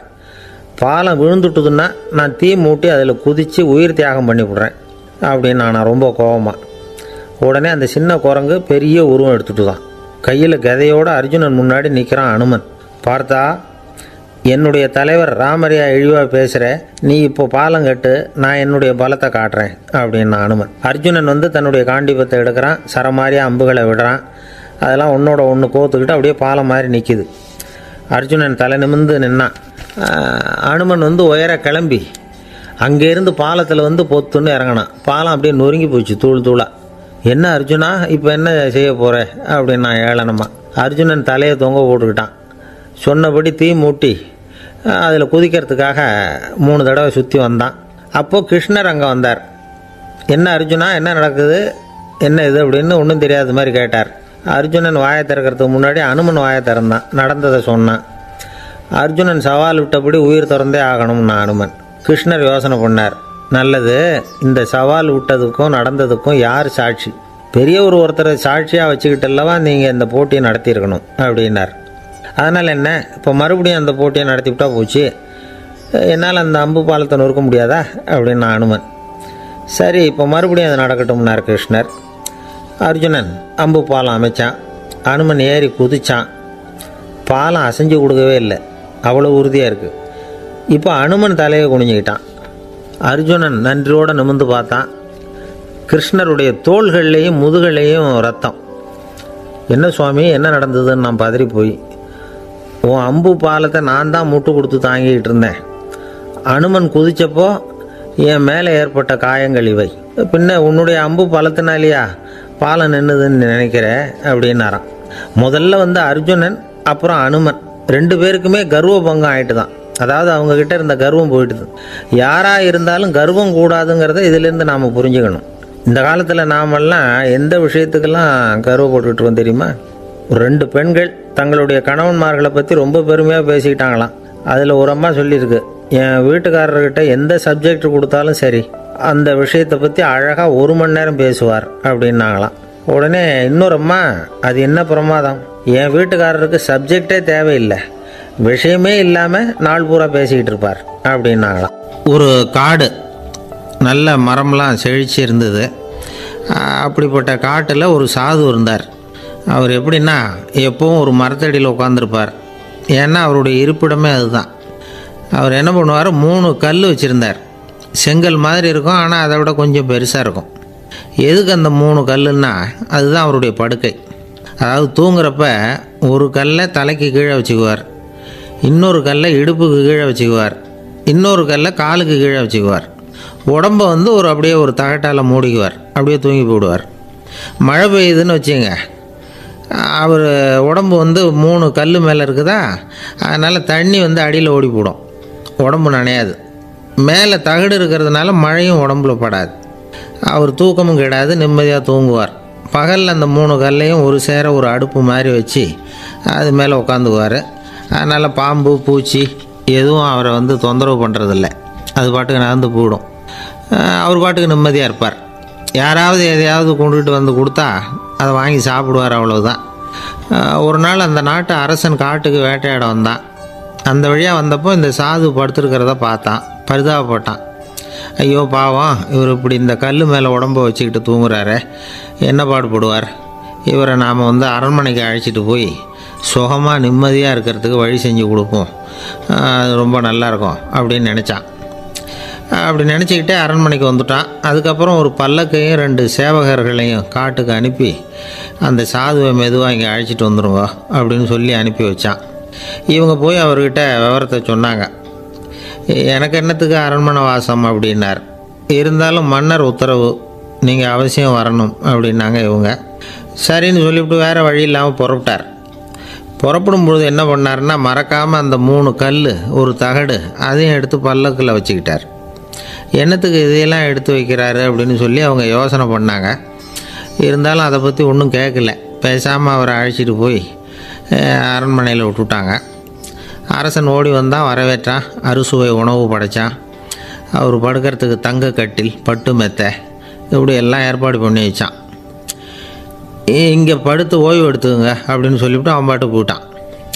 மறுநாள் காலையில் பார்க்குறான், சாது படுத்துருக்கிறார். எப்படி தெரியுமா, அந்த பட்டு மெத்தை மேலே 3 கல்லையும் வச்சு வழக்கம் போலவே அது மேலே படுத்துருக்கிறார், அதுக்கு மேலே தகடு. அரசன் பார்த்துட்டு அதிர்ச்சி ஆகிட்டான். என்ன சுவாமி இப்படி அப்படின்னா, சாது சொன்னார், எனக்கு தேவையும் இல்லை குறையும் இல்லை, எல்லா இடத்துலையும் எனக்கு ஒரே மகிழ்ச்சி தான் அப்படின்னார்.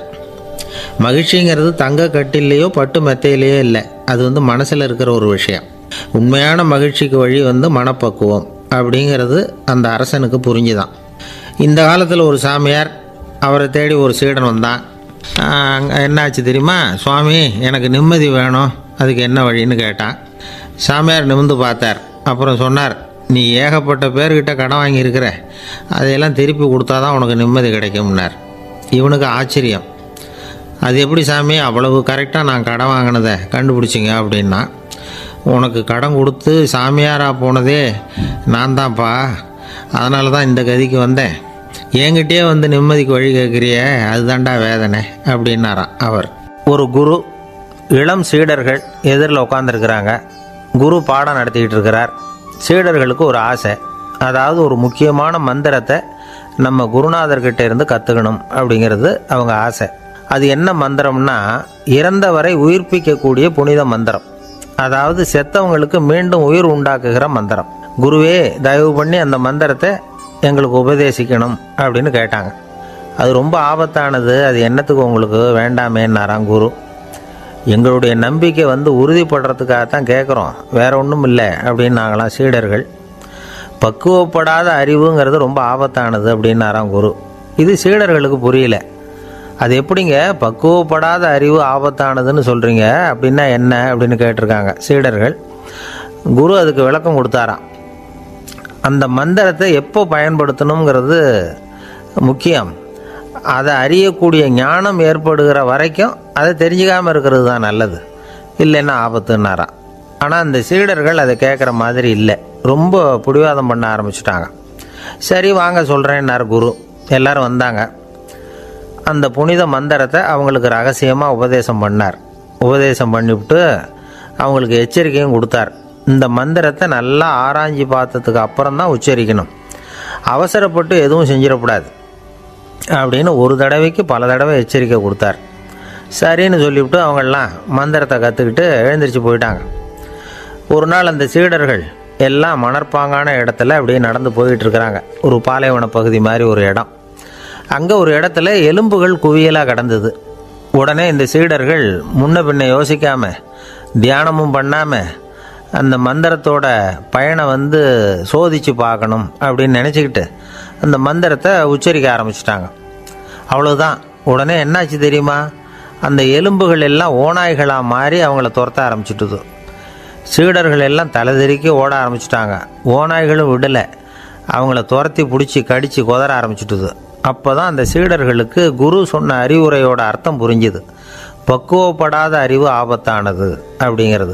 அதனால் இதிலேருந்து நாம் தெரிஞ்சுக்க வேண்டியது என்னென்னா, நாம் நம்ம அறிவை வளர்த்துக்கிட்டால் மட்டும் போதாது, அந்த அறிவை எப்போ எப்படி பயன்படுத்தணும் அப்படிங்கிற பக்குவமும் நமக்கு வரணும்.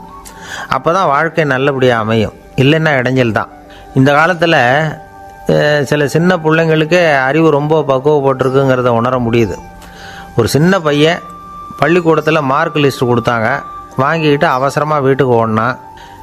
எதிரில் வந்த ஒருத்தர் கேட்டார், என்ன அவசரம், ஏன் இப்படி வேகமாக ஓடுறேன்னார். எங்கள் அம்மா கிட்ட அடி வாங்கணும், அதுக்காக தான் ஓடுறேன்னா. அடி வாங்கிறதுக்காக இவ்வளவு அவசரம்னார் அவர். அப்படி இல்லைங்க, நான் போகிறதுக்குள்ளே எங்கள் அப்பா வீட்டுக்கு வந்துட்டாருன்னா அவர்கிட்ட அடி வாங்க வேண்டியிருக்கும், அதை அவாய்ட் பண்ணுறதுக்காக இப்படி ஓடுறேன் அப்படின்னு நானும் அந்த பையன். ரொம்ப நாளைக்கு முன்னாடி ஒரு நாள் கோவலன் நாடகம் நடந்தது. எங்கள் மதுரையில் நடந்தது. அதில் ஒரு முக்கியமான கட்டம், கண்ணகி கிட்ட சிலம்பை வாங்கிக்கிட்டு அதை விற்கிறதுக்காக மதுரை நகருக்கு புறப்படுறான் கோவலன். அந்த சமயத்தில் கண்ணகி பாடுற மாதிரி ஒரு நாடக பாடல், நாடக ஆசிரியர் எழுதினது. அது என்ன பாட்டுன்னா, மா பாவியோர் கூடி வாழும் மதுரைக்கு மன்னா போகாதீர் என்று அப்படின்னு ஆரம்பிக்கும் அந்த பாட்டு. இதுதான் அந்த பாட்டு. இதை கண்ணகி மேடையில் பாடின உடனே கூட்டத்தில் சலசலப்பு. நம்ம ஊர்லேயே நமக்கு முன்னாடியே நின்றுக்கிட்டு மா பாவியோர் கூடி வாழும் மதுரை அப்படின்னு சொல்கிறாங்களே, என்ன தைரியம் அப்படின்னு எல்லாம் குழப்பம் பண்ண ஆரம்பிச்சிட்டாங்க. மக்கள் சத்தம் போட ஆரம்பிச்சிட்டாங்க. எதிர்ப்பு குரல் அது பாட்டுக்கு வர வர அதிகமாக போட்டுது. கொண்டுக்கிட்டு வா அந்த நாடக ஆசிரியரை, எழுதுனது யார் அப்படின்னு ஒரே சத்தம், கூச்சல். வேறு வழி இல்லை. மெதுவாக மேடைக்கு வந்தார் அந்த நாடக ஆசிரியர். 4 பக்கத்திலிருந்தும் கேள்வி கணைகள். மக்களை பார்த்து கொஞ்சம் அமைதியாக இருங்கோ அப்படின்னு சொல்லிவிட்டு தன்னுடைய விளக்கத்தை சொல்ல ஆரம்பித்தார் அந்த நாடக ஆசிரியர். மா அப்படின்னு சொன்னால் திருமகளாகிய லட்சுமி அப்படின்னு அர்த்தம். பா அப்படின்னா கலைமகளாகிய சரஸ்வதி. வி அப்படின்னா மலைமகளாகிய பார்வதி. மா பாவியோர் அப்படின்னா திருமகளும் கலைமகளும் மலைமகளும், இவங்க மூவரும் அப்படின்னு அர்த்தம். இந்த 3 பேரும் வாழ்கின்ற மதுரை புனிதம் நிறைந்தது, சகல செல்வங்களும் நிறைஞ்சது. அப்படிப்பட்ட ஊரில் நான் அணிந்து கொள்ளும் இந்த சாதாரண சிலம்பை யார் வாங்கிக்குவாங்க அப்படிங்கிற எண்ணத்தோடு தான் கண்ணகி அப்படி சொல்கிறா. அதை நினச்சி தான் நான் எழுதினேன். ஆகவே மதுரையை ரொம்ப சிரமப்படுத்தணும், ரொம்ப மோசமாக எழுதணும் அப்படிங்கிற எண்ணம்லாம் எனக்கு கிடையாது. பெருமைப்படுத்தணும்னு நினச்சி தான் அப்படி எழுதினேன் அப்படின்னு விளக்கம் கொடுத்தாராம். இந்த விளக்கத்தை கேட்டதும் எல்லாரும் ரொம்ப சமாதானமாயிட்டாங்களாம். இப்படி விளக்கம் கொடுத்த அந்த நாடக ஆசிரியர் யார் தெரியுமா? அவர் தான் தமிழ் நாடக உலகின் முதல் ஆசான் சங்கரதாஸ் சுவாமிகள். அவருக்கு நகைச்சுவை உணர்வும் அதிகம். 1920ஆம் ஆண்டு திருநெல்வேலியில் அவர் தங்கியிருக்கிறார் நாடகம் நடத்துறதுக்காக. அவர் தங்கியிருந்த வீட்டில் கொசு மூட்டை பூச்சி அதிகமாக இருந்திருக்கு. அவரால் தூங்கவே முடியல. அவர் அனுபவித்த தொல்லைகள் ஒரு பாட்டாக உருவாச்சு. வேடிக்கையாக ஒரு பாட்டு எழுதினாராம். மூட்டையும் கொசுவும் ஒரு வீட்டிலே மீட்டிங் போட்டால் முன்னே நிற்க யாரால் முடியும்? கொசு மோகன ராகம் போல சத்தம் போட்டு முன்னே நின்று செய்திடும் யுத்தம். இதை மறுநாள் நாடகத்தில் கோமாளி வேஷம் போட்ட ஒரு சிறுவனை விட்டு பாட வச்சுருக்கார். எல்லாரும் சிரித்து ரசித்தாங்களாம். சங்கரதாஸ் சுவாமிகள் கல்யாணமே பண்ணிக்கல, துறவி மாதிரியே வாழ்ந்திருக்கார். தமிழ் நாடக கலைக்கு தன்னையே அர்ப்பணம் பண்ணிட்டவர் அவர். 1922 நவம்பர் மாதத்தில் ஒரு நாள் புதுச்சேரியில் அவர் வாழ்க்கை முடிஞ்சுது. அப்போ அவருக்கு வயசு 55. சங்கரதாஸ் சுவாமிகள் நாடக ஆசிரியர் மட்டும் இல்லை, மேடை நாடக இயக்குனர், தயாரிப்பாளர், அவரே ஒரு சிறந்த நடிகர். ஒரு தடவை சாவித்திரி நாடகத்தில் இவர் யமதர்மனா வேஷம் போட்டு நடிச்சிருக்கிறார். நாடகம் பார்த்துக்கிட்டு இருந்த கருவுற்ற ஒரு பெண்மணிக்கு பயத்தினால அங்கேயே குழந்தை பிறந்துட்டு தான். அந்த நிகழ்ச்சிக்கு அப்புறம் இவர் இந்த வேஷம் போடுறப்போலாம் ஜனங்களுக்கு முன்கூட்டியே எச்சரிக்கை கொடுக்க ஆரம்பிச்சிருவாராம். அதாவது அப்படி யாராவது பயப்படுறவங்க இருந்தால் கொஞ்சம் கண்ணை மூடிங்க அல்லது எழுந்திரிச்சு போடுங்கன்னு. நடிப்புன்னா அப்படிலாம் இருக்கணும்.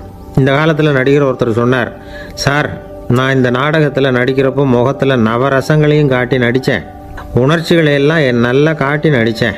அப்படி இருந்தும் ஜனங்கள் கல் எடுத்து மேடையில் வீசிவிட்டாங்க சார் அப்படின்னார். நாடகத்தில் உங்களுக்கு என்ன வேஷம் அப்படின்னு கேட்டாங்க. அது செத்து கிடக்கிற பணமாக நடித்தேன் சார் அப்படின்னார். என்னுடைய நண்பர் ஒருத்தர், அவருக்கு ஜாதகத்தில் நம்பிக்கை உண்டு. அவரே ஜோசியமெல்லாம் பார்ப்பார். என்ன சார் இந்த காலத்தில் இதையெல்லாம் நம்பிக்கிட்டு இருக்கீங்களேன்னு கேட்டா, உங்களுக்கு ஒன்றும் தெரியாது சார், இந்த உலகத்தில் ஒவ்வொருத்தரும் அவங்கவுங்க செய்கிற நல்லது கெட்டதுக்கு தகுந்த பலனை அனுபவிச்சே தேரணும்பார். அது மட்டும் இல்லை, ஒருத்தன் செத்துட்டா கூட அவன் செஞ்ச பாவ புண்ணியங்கள் கூடவே போயிட்டுருக்கோம்பார். அது எப்படி கூட போவோம் அப்படின்னு குதர்க்கமாக கேட்டால் அதுக்கு அவர் ஒரு கதை சொன்னார். அது ரொம்ப சுவாரஸ்யமாக இருந்தது. ஒரு ஊரில் ஒருத்தர் இருந்தாராம். அவர் ஜோசியம் பார்க்குறதுல ரொம்ப கெட்டிக்காரரு.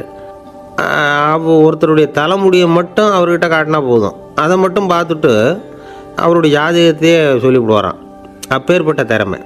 அந்த ஆள் ஒரு சமயம் கன்னியாகுமரி கடற்கரைக்கு போயிருந்துருக்கிறார். அங்கே கரை ஓரமாக ஒரு மண்டை ஓடு கிடந்திருக்கு. அதை எடுத்து பார்த்துருக்கிறார். அந்த மண்டை ஓட்டை வச்சுக்கிட்டே அதோட ஜாதகத்தை அலசியிருக்கிறார். இந்த மண்டை ஓட்டுக்கு ஒரு ஆசாமி வாழ்க்கையில் ரொம்ப கஷ்டப்பட்டுருக்கிறான், நிறைய கஷ்டத்தை அனுபவிச்சிருக்கிறான், அது தாங்க முடியாமல் தான் கடலில் விழுந்து தற்கொலை பண்ணிகிட்டு இருக்கான் அப்படிங்கிறத அவர் கணிச்சுட்டார். இருந்தாலும் இந்த மண்டை ஓடு இன்னமும் அனுபவிக்க வேண்டியது பாக்கி இருக்குது அப்படிங்கிறதையும் அவர் உணர்றார். அது சரி, ஒருத்த உயிரோடு இருக்கிற வரைக்கும் தானே நல்லது கெட்டதை அனுபவிக்க முடியும். செத்ததுக்கு அப்புறமும் பாக்கி இருக்குன்னா அதை எப்படி அனுபவிக்கிறது? இந்த மண்டை ஓட்டுக்கு இன்னும் கொஞ்சம் பாக்கி இருக்குது அப்படிங்கிறது அவருக்கு புரிஞ்சதே தவிர அதோட அர்த்தம் என்னங்கிறது அவருக்கு சரியாக விளங்கலை. சரி, இதை இன்னும் கொஞ்சம் விவரமாக ஆராய்ச்சி பண்ணி பார்ப்போம் அப்படின்னு நினச்சிக்கிட்டு அதை தன்னுடைய வீட்டுக்கு எடுத்துகிட்டு போயிட்டார். அந்த மண்டை ஓட்டை ஒரு பொட்டியில் வச்சு பூட்டினார். தன்னுடைய தனி அறையில் அதை பத்திரமா வச்சுக்கிட்டார். தினமும் ராத்திரி ஆனதும் தன்னுடைய மனைவியை பார்த்து, நீ போய் பூஜை அறையில் தனியாக படுத்துக்கோ அப்படின்னு சொல்லிவிட்டு இவர் தினம் ராத்திரி 12 மணிக்கு பொட்டியை திறந்து பார்ப்பார். மண்டை ஓடு அப்படியே இருந்ததே தவிர இன்னும் கொஞ்சம் பாக்கி இருக்குங்கிறதுக்கு அர்த்தம் அவருக்கு விளங்கலை. அந்த மண்டை ஓட்டுக்கு இன்னும் என்ன பாக்கி இருக்க போகுது? இப்படியே ஒரு 10 நாள் போச்சு. அந்த வீட்டம்மாவுக்கு சந்தேகம் வந்துட்டுது. நம்ம வீட்டுக்காரர் நம்மளை தனியாக ஏன் தூங்க சொல்கிறார் அப்படிங்கிற சந்தேகம். உடனே பக்கத்து வீட்டு அம்மாக்கிட்ட விஷயத்தை சொல்லியிருக்கிறாங்க. அந்த அம்மா உடனே நீ கவலைப்படாத, நான் கண்டுபிடிச்சி சொல்கிறேன்னு சொல்லிவிட்டாங்களாம். அன்றைக்கி ராத்திரியே ஜன்னல் வழியாக எட்டி பார்த்துருக்குறாங்க. இந்த ஆள் மண்டை ஓட்டை கையில் வச்சுக்கிட்டு அதை திருப்பி திருப்பி அப்படியும் அப்படியும் பார்த்துக்கிட்டு இருந்தது தெரிஞ்சுட்டுது. மறுநாள் காலையில் அவரோட மனைவியை பார்த்தாங்க. ஏம்மா, உன் வீட்டுக்காரருக்கு நீ முதல் மனைவியா 2வது மனைவியா அப்படின்னு கேட்டாங்க. எனக்கு தெரிஞ்ச வரைக்கும் நான் ஒருத்தி தான் அவருடைய மனைவின்னாங்க.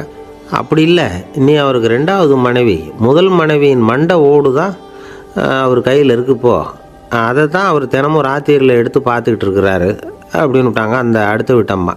அப்படியா விஷயம்னு சொல்லிவிட்டு கணவன் வீட்டில் இல்லாத நேரமாக பார்த்து அந்த மண்டை ஓட்டை எடுத்து கொண்டாந்து ஒரு உரலில் போட்டு உலக்கையால் குத்தி நொறுக்க ஆரம்பிச்சுட்டுது அந்த அம்மா.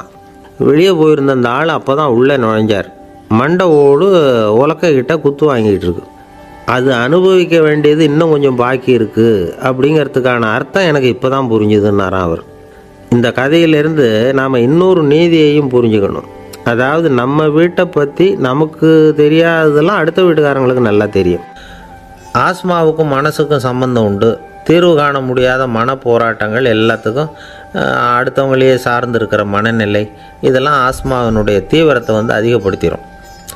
பயம், இது எப்படின்னா என்ன நடக்குமோங்கிற பதற்ற நிலை, அப்புறம் இந்த பயம் இதெல்லாம் சுவாசித்தலை அதிகரிக்க செய்யுது இல்லையா? இதனால் இரத்தத்தின் காரத்தன்மை அதிகமாகி நோயின் தீவிரமும் அதிகமாகுது. மன போராட்டம், மனக்கவலை, மன இறுக்கம் இதெல்லாம் தோல் வியாதியை தூண்டி விடுதான். இது மாதிரி இன்னும் எவ்வளவோ இருக்குது. அதனால் இன்றைக்கி நமக்கு தேவை என்னென்னா மன வலிமை, மலர்ந்த முகம். இது 2 இருந்துட்டுதுன்னா பலவிதமான நோய்கள் நம்மக்கிட்ட நெருங்கி வராது. டாக்டர் என்ன நெருங்காமல் இருக்கிறதுக்கு நான் ஒரு காரியம் பண்ணுறேன் அப்படின்னார் ஒருத்தர். அவர் என்ன அர்த்தத்தில் சொன்னார்னா, டாக்டர் அவரை நெருங்காமல் இருக்கிறதுக்கு அவர் ஒரு காரியம் பண்ணுறாராம். நண்பர்கிட்ட சொன்னார். நண்பர் கேட்டார், அது என்ன காரியம் பண்ணுற அப்படின்னு கேட்டார். தினம் ஒரு ஆப்பிள் பழம் சாப்பிட்றேன்னார் அவர். ஏன்னா ஆங்கிலத்தில் ஒரு பழமொழி சொல்லுவாங்கள்ல, an apple a day keeps doctor away அப்படிம்பாங்க. ஒரு ஆப்பிள் பழம் சாப்பிட்டா டாக்டர் விலகியே இருப்பார், டாக்டர்கிட்ட போக வேண்டிய அவசியம் இருக்காது அப்படிங்கிறதுக்காக அந்த பழமொழி சொல்கிறது. என்ன, நான் யாருமே நெருங்காமல் இருக்கிறதுக்கு நான் ஒரு காரியம் பண்ணுறேன்னார் இன்னொருத்தர். டாக்டர் நெருங்காமல் இருக்கிறதுக்கு ஆப்பிள் பழம் சாப்பிட்றேன்னார் அவர். என்னை யாருமே நெருங்காமல் இருக்கிறதுக்கு நான் ஒரு காரியம் பண்ணுறேன்னார் இன்னொருத்தர். அது என்னன்னு கேட்டோம். தினம் ஒரு பூண்டு சாப்பிட்றேன்னார். ஏ கார்லிக் எ டே கீப்ஸ் எவ்ரிபடி அவே அப்படின்னு அதுக்கு ஒரு புது விளக்கமும் கொடுத்தார். காசி மாநகரத்தை பிரம்மதத்தன் அப்படிங்கிற ராஜா ஆட்சி பண்ணிட்டு வந்தார். அவர் ஒவ்வொரு வருஷமும் ஒரு திருவிழா நடத்துறது வழக்கம். எல்லா தேசத்திலிருந்தும் எல்லா வகையான ஜனங்களும் அதில் கலந்துக்குவாங்க. ஒரு சமயம் அது மாதிரி விழா நடந்துக்கிட்டு இருந்தது. வைகுண்டத்திலேருந்து தேவலோகத்திலேருந்து நிறைய தேவகுமாரர்கள்லாம் காசி நகருக்கு அப்போது வந்திருந்தாங்க. அதில் முக்கியமாக ஒரு 4 தேவகுமாரர்கள். அந்த 4 பேரையும் சுற்றி ஏகப்பட்ட கூட்டம். அப்படி என்ன விசேஷம் அவங்கக்கிட்ட அப்படின்னா, மற்றவங்கள விட அவங்க முகம் அழகாக இருந்ததா அப்படி பார்த்தா அப்படியும் இல்லை. அவங்க அணிஞ்சிருந்த மலர் மாலைகள் தான் அதுக்கு காரணமாக. அந்த மலர்கள்லேருந்து அப்படி ஒரு அபூர்வமான நறுமணம். இதுக்கு முன்னாடி இப்படி ஒரு நறுமணத்தை அந்த ஊர் ஜனங்க அனுபவிச்சதே இல்லை. அதுதான் அந்த 4 பேரையும் சுற்றி கூட்டம். எல்லோரும் கேள்வி கேட்க ஆரம்பித்தாங்க. உடனே அந்த 4 தேவகுமாரர்களும் எல்லாருக்கும் தெரியும்படியாக வானத்தில் எழும்பி கொஞ்சம் உயரமாக நின்றுக்கிட்டாங்க. கீழே நின்றுக்கிட்டு இருந்த அரசன்லேருந்து ஆண்டி வரைக்கும் ஒருத்தர் பாக்கி இல்லாமல் ஒரே குரலில் எல்லாரும் அவங்கள பார்த்து, எங்களுக்கும் இது மாதிரி மாலையை போட்டுக்கணும்னு ஆசையாக இருக்குது, அதுக்கு நீங்கள் தான் அருள் பண்ணணும் அப்படின்னு கேட்டுக்கிட்டாங்க. மாலை போட்டுக்கிறதுனா எல்லாருக்கும் ஆசையாக தானே இருக்கும். அந்த 4 தேவகுமாரர்களில் ஒருத்தர் புத்தர் பிரான். அவர் சொன்னார், பூலோகவாசிகளே, நான் சொல்கிறத கொஞ்சம் பொறுமையாக கேளுங்க. கக்காரு அப்படிங்கிற கற்பக விருஷத்தின் மலர்களால் தொடுக்கப்பட்டது இந்த மாலை. இதுக்கு நிறைய சக்தி உண்டு. எந்த காலமும் இது வாடாது, வாசனையும் குறையாது. ஆனால் இதை அணிந்து கொள்றதுக்கு சில தகுதிகள் தேவை அப்படின்னார். என்ன தகுதி அது சொல்லுங்களேன் அப்படின்னு ஏக காலத்தில் எல்லாரும் சத்தம் போட்டாங்க. தீய இயல்புகள் உள்ளவங்க, இழிந்த சிந்தனை, இழிந்த செயல் உள்ளவங்க இந்த மாலையை அணிய முடியாது அப்படின்னார். அவ்வளோதான். கூட்டத்தில் சத்தம் போட்டவங்கள்லாம் மெதுவாக அப்படி அடங்க ஆரம்பிச்சிட்டாங்க. இன்னொரு தேவகுமாரன் சொன்னார், அடுத்தவங்க பொருளை அபகரிக்காதவன், அடுத்தவங்களுக்கு கெடுதல் பண்ணக்கூடிய பொய் பேசாதவன், பேராசையினால் கெட்ட வழியில் பொருள் ஈட்ட நினைக்காதவன் இந்த மாலையை போட்டுக்கலாம் அப்படின்னார். கூட்டத்திலிருந்து யாரும் முன்னுக்கு வரல. ஒரே ஒரு ராஜகுரு மட்டும் கொஞ்சம் முன்னாடி வந்தார். பெரியவர், படித்தவர். அவர், எனக்கு தகுதி இருக்குது அந்த மாலையை போட்டுக்கிறதுக்கு அப்படின்னார். வேறு ஒன்றும் இல்லை, பொய் சொல்லியாவது அந்த மாலையை வாங்கிக்குவோமே அப்படின்னு முடிவு பண்ணிட்டார் அவர். அவ்வளோதான், மாலையை வாங்கிட்டார். அடுத்த தேவகுமாரன் பேசினார். யாருக்கு திடமான அறிவும் மனமும் இருக்குதோ, யாருக்கு நல்ல காரியங்களில் அசையாத ஈடுபாடு இருக்குதோ, நல்ல அரிய பொருள்களை தனியாக தான் மட்டும் அனுபவிக்க விரும்பாதவர் யாரோ அவர் முன்னாடி வந்து இந்த மாலையை வாங்கிக்கலாம் அப்படின்னார். அந்த தகுதியும் எனக்கு இருக்குன்னார் ராஜகுரு. மாலையை வாங்கி போட்டுக்கிட்டார். இன்னொரு ராஜகுமாரன் பேச ஆரம்பித்தார். அறநெறியில் செல்வம் சேர்க்கணும், ஆடம்பர பொருள்களுக்கு அடிமையாகக்கூடாது, வெற்றி அடைஞ்சாலும் கர்வம் வரக்கூடாது, அப்படிப்பட்டவங்க இந்த மாலையை போட்டுக்கலாம்னார். துணிஞ்சு பொய் சொல்லி அதையும் வாங்கி கழுத்தில் போட்டுக்கிட்டார் இந்த ராஜகுரு. இன்னொரு ராஜகுமாரன் சொன்னார், சான்றோர்களை நிந்திக்காதவங்க, புறம் பேசாதவங்க இந்த மாலையை போட்டுக்கலாம்னார். அதையும் வாங்கி போட்டுக்கிட்டார். திருவிழா முடிஞ்சுது, எல்லோரும் திரும்பி போயிட்டாங்க. மறுநாள் ராஜகுரு 4 மாலைகளையும் போட்டுக்கிட்டு ராஜசபைக்கு வரார்.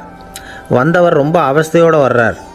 மாலையெல்லாம் வாடி போயிட்டுது, வாசனை எதுவும் கிடையாது. அது மட்டும் இல்லை, அவருக்கு கடுமையான தலைவலி வேறு வந்துட்டுது. துடிச்சு போயிட்டார். மாலையை கழட்டவும் முடியல. ஜனங்கள்லாம் அவரை பார்த்து சிரிக்க ஆரம்பிச்சிட்டாங்க.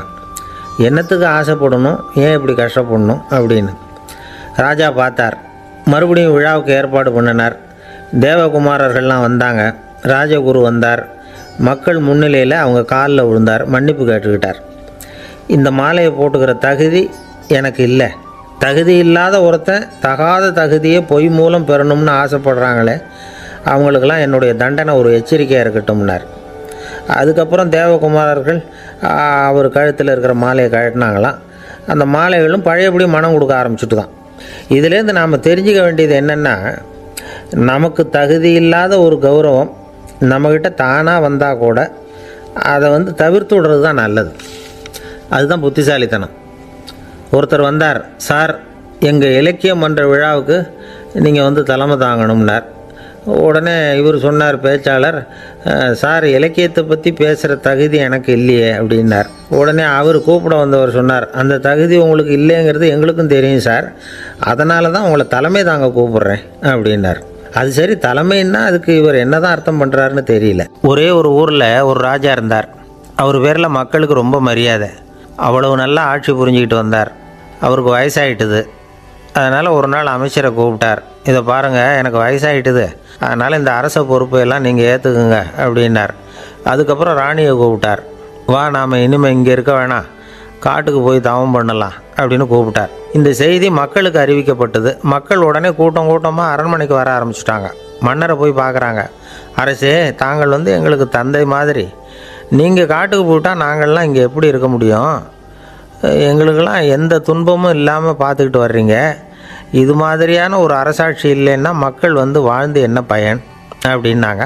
இருந்தாலும் என்ன பண்ணுறது, வயசாயிட்ட காரணத்தினால இந்த முடிவுக்கு வர வேண்டியிருக்குது அப்படின்னாரா ராஜா. அப்படின்னா நீங்கள் காட்டுக்கு போக வேணாம், நாங்கள் போகிறோம். நாங்கள் அங்கே போய் தவம் பண்ணுறோம், வழிபாடு பண்ணுறோம். கடவுள் வருவார், அவர்கிட்ட வரம் வாங்கிட்டு வந்துடுறோம் அப்படின்னாங்களாம். அப்படி சொல்லிவிட்டு உடனே எல்லோரும் காட்டுக்கு போனாங்க. நாட்டு மக்கள் எல்லாரும் ஒட்டு மொத்தமாக வந்து காட்டில் உட்காந்துக்கிட்டு தவம் பண்ணுறதை பார்த்தார் கடவுள். உடனே புறப்பட்டு வந்தார். எல்லோரும் இப்படி வந்து உட்காந்துருக்குறீங்களே, என்ன வேணும் உங்களுக்கு அப்படின்னு கேட்டார். உடனே மக்கள் எல்லாரும் ஒரு குரலில் சொன்னாங்க, சுவாமி, எங்கள் மன்னன் ரொம்ப நாளைக்கு நல்லபடியாக இருக்கணும். அவர் வந்து மகிழ்ச்சியாகவும் உடல் நலத்தோடும் இருந்தால் தான் நாங்கள் அமைதியாக வாழ முடியும் அப்படின்னாங்க. சரி, அதுக்கு என்ன செய்யணும் அப்படின்னார் ஆண்டவன். எங்கள் மன்னருக்கு இன்னும் ஒரு 100 வருஷம் ஆயுளை கொடுங்க அப்படின்னாங்க. அவ்வளவு தானே, சரி அப்படியே ஆகட்டும் அப்படின்னு சொல்லிவிட்டு ஆண்டவன் போயிட்டார். மக்கள் மகிழ்ச்சியோடு திரும்பி வந்தாங்க. மன்னா, கடவுள் வரம் கொடுத்துட்டார், நீங்கள் 100 வருஷம் வாழ போகிறீங்க அப்படின்னாங்க. இதை கேட்டதும் ராணி ராஜாவை வணங்கி, நான் தவம் செய்ய போகிறேன் அப்படின்னு புறப்பட்டாங்க. உடனே மக்கள் என்ன நினச்சாங்க தெரியுமா? ஐயோ, நாம் ராஜாவுக்கு மட்டும்தானே நீண்ட ஆயுள் வேணும்னு வரம் வாங்கினோம், ராணிக்கு வாங்கலையே, அதுதான் கோபத்தில் புறப்பட்டாங்க போல இருக்குது அப்படின்னு நினச்சி வருத்தப்பட்டாங்க. ஆனால் ராணி நினச்சது அது இல்லை. ராணி போய் தவம் பண்ணாங்க, கடவுள் காட்சி கொடுத்தார். இவங்க கேட்குறாங்க, சுவாமி, ராஜாவுக்கு மட்டும் 100 வருஷம் ஆயுள்னு வரம் கொடுத்துட்டீங்க, அப்படின்னா குடிமக்களும் 100 வருஷம் இருக்கணும். இப்படிப்பட்ட குடிமக்கள் இல்லைன்னா அப்படிப்பட்ட அரசன் இருந்து என்ன பிரயோஜனம் அப்படின்னாங்களாம். ஆண்டவன் பார்த்தார். சரி, அவங்களும் 100 வருஷம் வாழ்வாங்க, அது மட்டும் இல்லை, நீயும் 100 ஆண்டு காலம் வாழ வரமளிக்கிறேன் அப்படின்னு சொல்லிவிட்டு மறைஞ்சிட்டார். இதில் ஆண்டவன் வர்றதும் மறையிறதும் முக்கியம் இல்லை. இதில் கவனிக்க வேண்டியது ஆள்கிறவனின் விசால மனம், குடிமக்களின் விசால மனம், ஆள்கிறவன் மனைவியினுடைய விசால மனம். இப்படி ஒரு நாடு இருந்துட்டுதுன்னா எப்படி இருக்கும் வாழ்க்கை நினச்சி பாருங்கள். அதனால தான் பெரியவங்கள்லாம் சொல்கிறாங்க, இதய வாசல் திறந்தே இருக்கணும், இதயத்தின் கதவுகளை மூடாதீங்க அப்படின்னு சொல்லுவாங்க. என்கிட்ட ஒருத்தர் சொன்னார், என்னுடைய இதய வாசல் எப்போவும் திறந்தே தான் இருக்குதுன்னார். எதனால் அப்படி சொல்கிறீங்க அப்படின்னு கேட்டோம். டாக்டரே சொல்லிவிட்டார், என்னுடைய இதயத்தில் ஒரு ஓட்டை இருக்குது அப்படின்னு, வால்வு சரியில்லையா அப்படிங்கிறார். அளவுக்கு மிஞ்சினால் அமிர்தமும் நஞ்சு அப்படின்னு சொல்லுவாங்க. அது உண்மைதான். ஒருத்தருக்கு அளவுக்கு மீறிய புகழ் வந்துட்டுதுன்னு வச்சுங்க, அது கூட ஆபத்தாக போயிடுறது உண்டு. பழங்காலத்துல எல்லாம் கிரேக்க தேசத்தில் ஒரு பழக்கம் உண்டாம். அதாவது யாராவது ஒருத்தரை நாடு கடத்தணும்னா அதுக்கு ஒரு வழி உண்டு. அதாவது ஒருத்தரை நாடு கடத்தணும்னு மக்கள் விரும்புகிறாங்கன்னு வச்சுங்களேன், அவர் பேரை ஒரு மண்பாண்ட ஓட்டுச்சில்லில் எழுதி அதை ஒரு குறிப்பிட்ட பொது இடத்துல போட்டுற வேண்டியது, அவ்வளவுதான். இது மாதிரி பல பேர் போட்டுக்கிட்டே இருப்பாங்க, எல்லாம் அப்படியே குவிஞ்சு போயிடும். அந்த ஓட்டாஞ்சில்லு குவியலில் யாருடைய பேர் அதிகமாக இருக்குதோ அந்த நபரை ஒரு 10 ஆண்டுகள் நாடு கடத்தி விடுவாங்க. இது அந்த ஊர் வழக்கமாக. ஒரு நாள் அந்த குவியலுக்கு பக்கத்தில் ஒரு ஆள் நின்றுக்கிட்டு இருக்கிறான். அவன் கையில் ஒரு ஓட்டாஞ்சில்லு வச்சுருக்கிறான். அதில் யாரோட பேரையோ எழுதணும், எழுதி அந்த இடத்துல போடணுங்கிறது அவன் ஆசை. ஆனால் அவன் படிக்காதவன், அதனால் எழுத தெரியல. யாராவது அந்த வழியாக வர்றாங்களான்னு பார்த்துக்கிட்டே நின்றுக்கிட்டு இருந்தான். ஒரு பெரியவர் வந்துக்கிட்டு இருந்தார்.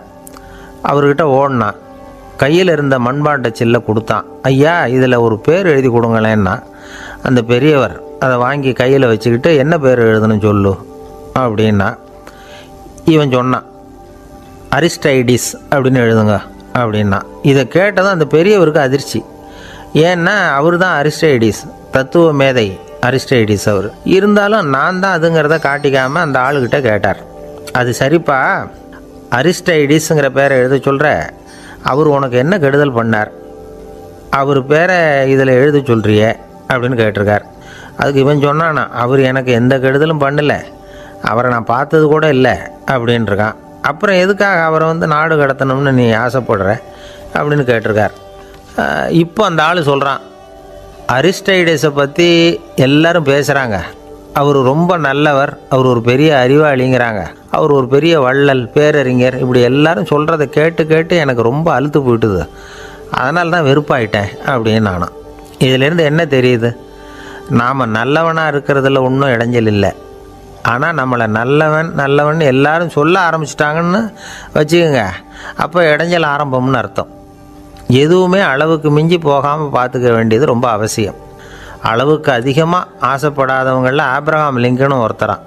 அவர் ஒரு தடவை தன்னுடைய நண்பர்கள்கிட்ட பேசிக்கிட்டு இருந்தாராம். ஒருத்தர் கேட்டிருக்கார், ஒரு மனுஷனுக்கு கால்கள் எவ்வளோ உயரம் இருக்கணும் அப்படின்னு கேட்டாராம். இதுக்கு ஆப்ரஹாம் லிங்கன் சொன்னாராம், அது என்ன, இடுப்புலேருந்து தரையை தொடுற அளவுக்கு உயரம் இருந்தால் போதும் அப்படின்னாராம். ஒரு ஜென் துறவி, அவருக்கு ரொம்ப வயசாகிட்டுது, கடைசி காலம். நண்பர்களெல்லாம் கூப்பிட்டார். நண்பர்களே, நான் வித்தியாசமான முறையில் சாகணும்னு ஆசைப்படுறேன், அதுக்கு ஏதாவது யோசனை சொல்லுங்களேன் அப்படின்னு கேட்டாராம். நண்பர்கள் சிரித்தாங்க. என்ன பேச்சு பேசுகிறீங்க, சாவறதுங்கிறது என்ன விளையாட்டு கத்தனமான காரியமா அப்படின்னு கேட்டிருக்காங்க. அந்த துறவி கொஞ்ச நேரம் யோசனை பண்ணார். அப்புறம் கேட்டாராம், இது வரைக்கும் யாராவது நடந்துக்கிட்டே இறந்துருக்குறாங்களா அப்படின்னாராம். எல்லாரும் இல்லைன்னாங்களாம். ஒருத்தர் மட்டும் சொல்லியிருக்கார், அப்படியும் ஒருத்தர் இறந்துருக்கிறதாக ஒரு கதையில் படிச்சிருக்கிறேன், ஒரு ஞானியால் தான் அப்படியெல்லாம் செய்ய முடியும் அப்படின்னு அவர் சொன்னாராம். சரி, அப்படின்னா அந்த முறை நமக்கு வேணாம், நின்றுக்கிட்டே யாராவது உயிரை விட்டுருக்காங்களா அப்படின்னு விசாரித்தாராம். அப்படியும் ஒருத்தர் இறந்துருக்கிறார் அப்படின்னாங்களாம். மறுபடியும் அந்த துறவி யோசனை பண்ணியிருக்கிறார், ஏதாவது வித்தியாசமான முறையில் நாம் போகணும் அப்படிங்கிறது அவருடைய விருப்பம். மனிதன் எப்படி வாழ்கிறானோ அப்படி இறப்பது தான் நல்லது. சரி, யாராவது தலைகீழாக யோகம் செய்யும் நிலையில் இறந்துருக்கிறாங்களா அப்படின்னு விசாரித்தாராம். நண்பர்கள் சிரித்தாங்க. தலைகீழாக நின்னபடி இறந்ததாக நாங்கள் கேள்விப்பட்டதே இல்லை, அது முடியாத காரியம் அப்படின்ட்டுருக்காங்க. இப்போ அந்த துறவிக்கு திடீர்னு உற்சாகம் வந்துட்டுது. உடனே எழுந்திரிச்சார், தலைகீழாக நின்னார், அப்படியே உயிரை விட்டுட்டார். அவ்வளோதான். அந்த மடாலயத்தில் ஒரே குழப்பம். எப்படி அவரை கீழே இறக்கி படுக்க வைக்கிறது அப்படின்னு புரியல. இப்படி உயிர் விடுறதை பற்றி அவங்க இது வரைக்கும் கேள்விப்பட்டதும் இல்லை. உண்மையிலேயே இவர் இறந்து தான் போனாராங்கிறதும் தெரியல. சோதித்து பார்த்தாங்க. இதய துடிப்பு, நாடி துடிப்பு எல்லாம் நின்று போயிருந்தது. இவர் எப்பவும் இப்படி தான், என்ன பண்ணுறது இப்போது அப்படின்னு சொல்லி எல்லோரும் குழம்பிக்கிட்டு இருக்கிற சமயத்தில் ஒரு பெரிய ஒரு யோசனை சொன்னார்.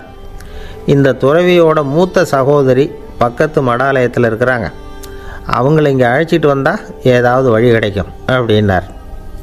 அந்த அம்மாவுக்கு 90 வயசு. அழைச்சிட்டு வந்தாங்க. ஒரு குச்சியை ஊன்றிக்கிட்டு அப்படியே மெதுவாக நடந்து வந்தாங்க. தம்பி தலைகீழாக நின்று உயிர் விட்டு இறக்கிறத பார்த்தாங்க. தம்பின்னு கூப்பிட்டு பார்த்தாங்க, ஒன்றும் காணோம். உடனே என்ன பண்ணாங்க, தன்னுடைய கைத்தடியால் தம்பியோட உடலை ஒரு தட்டினாங்க.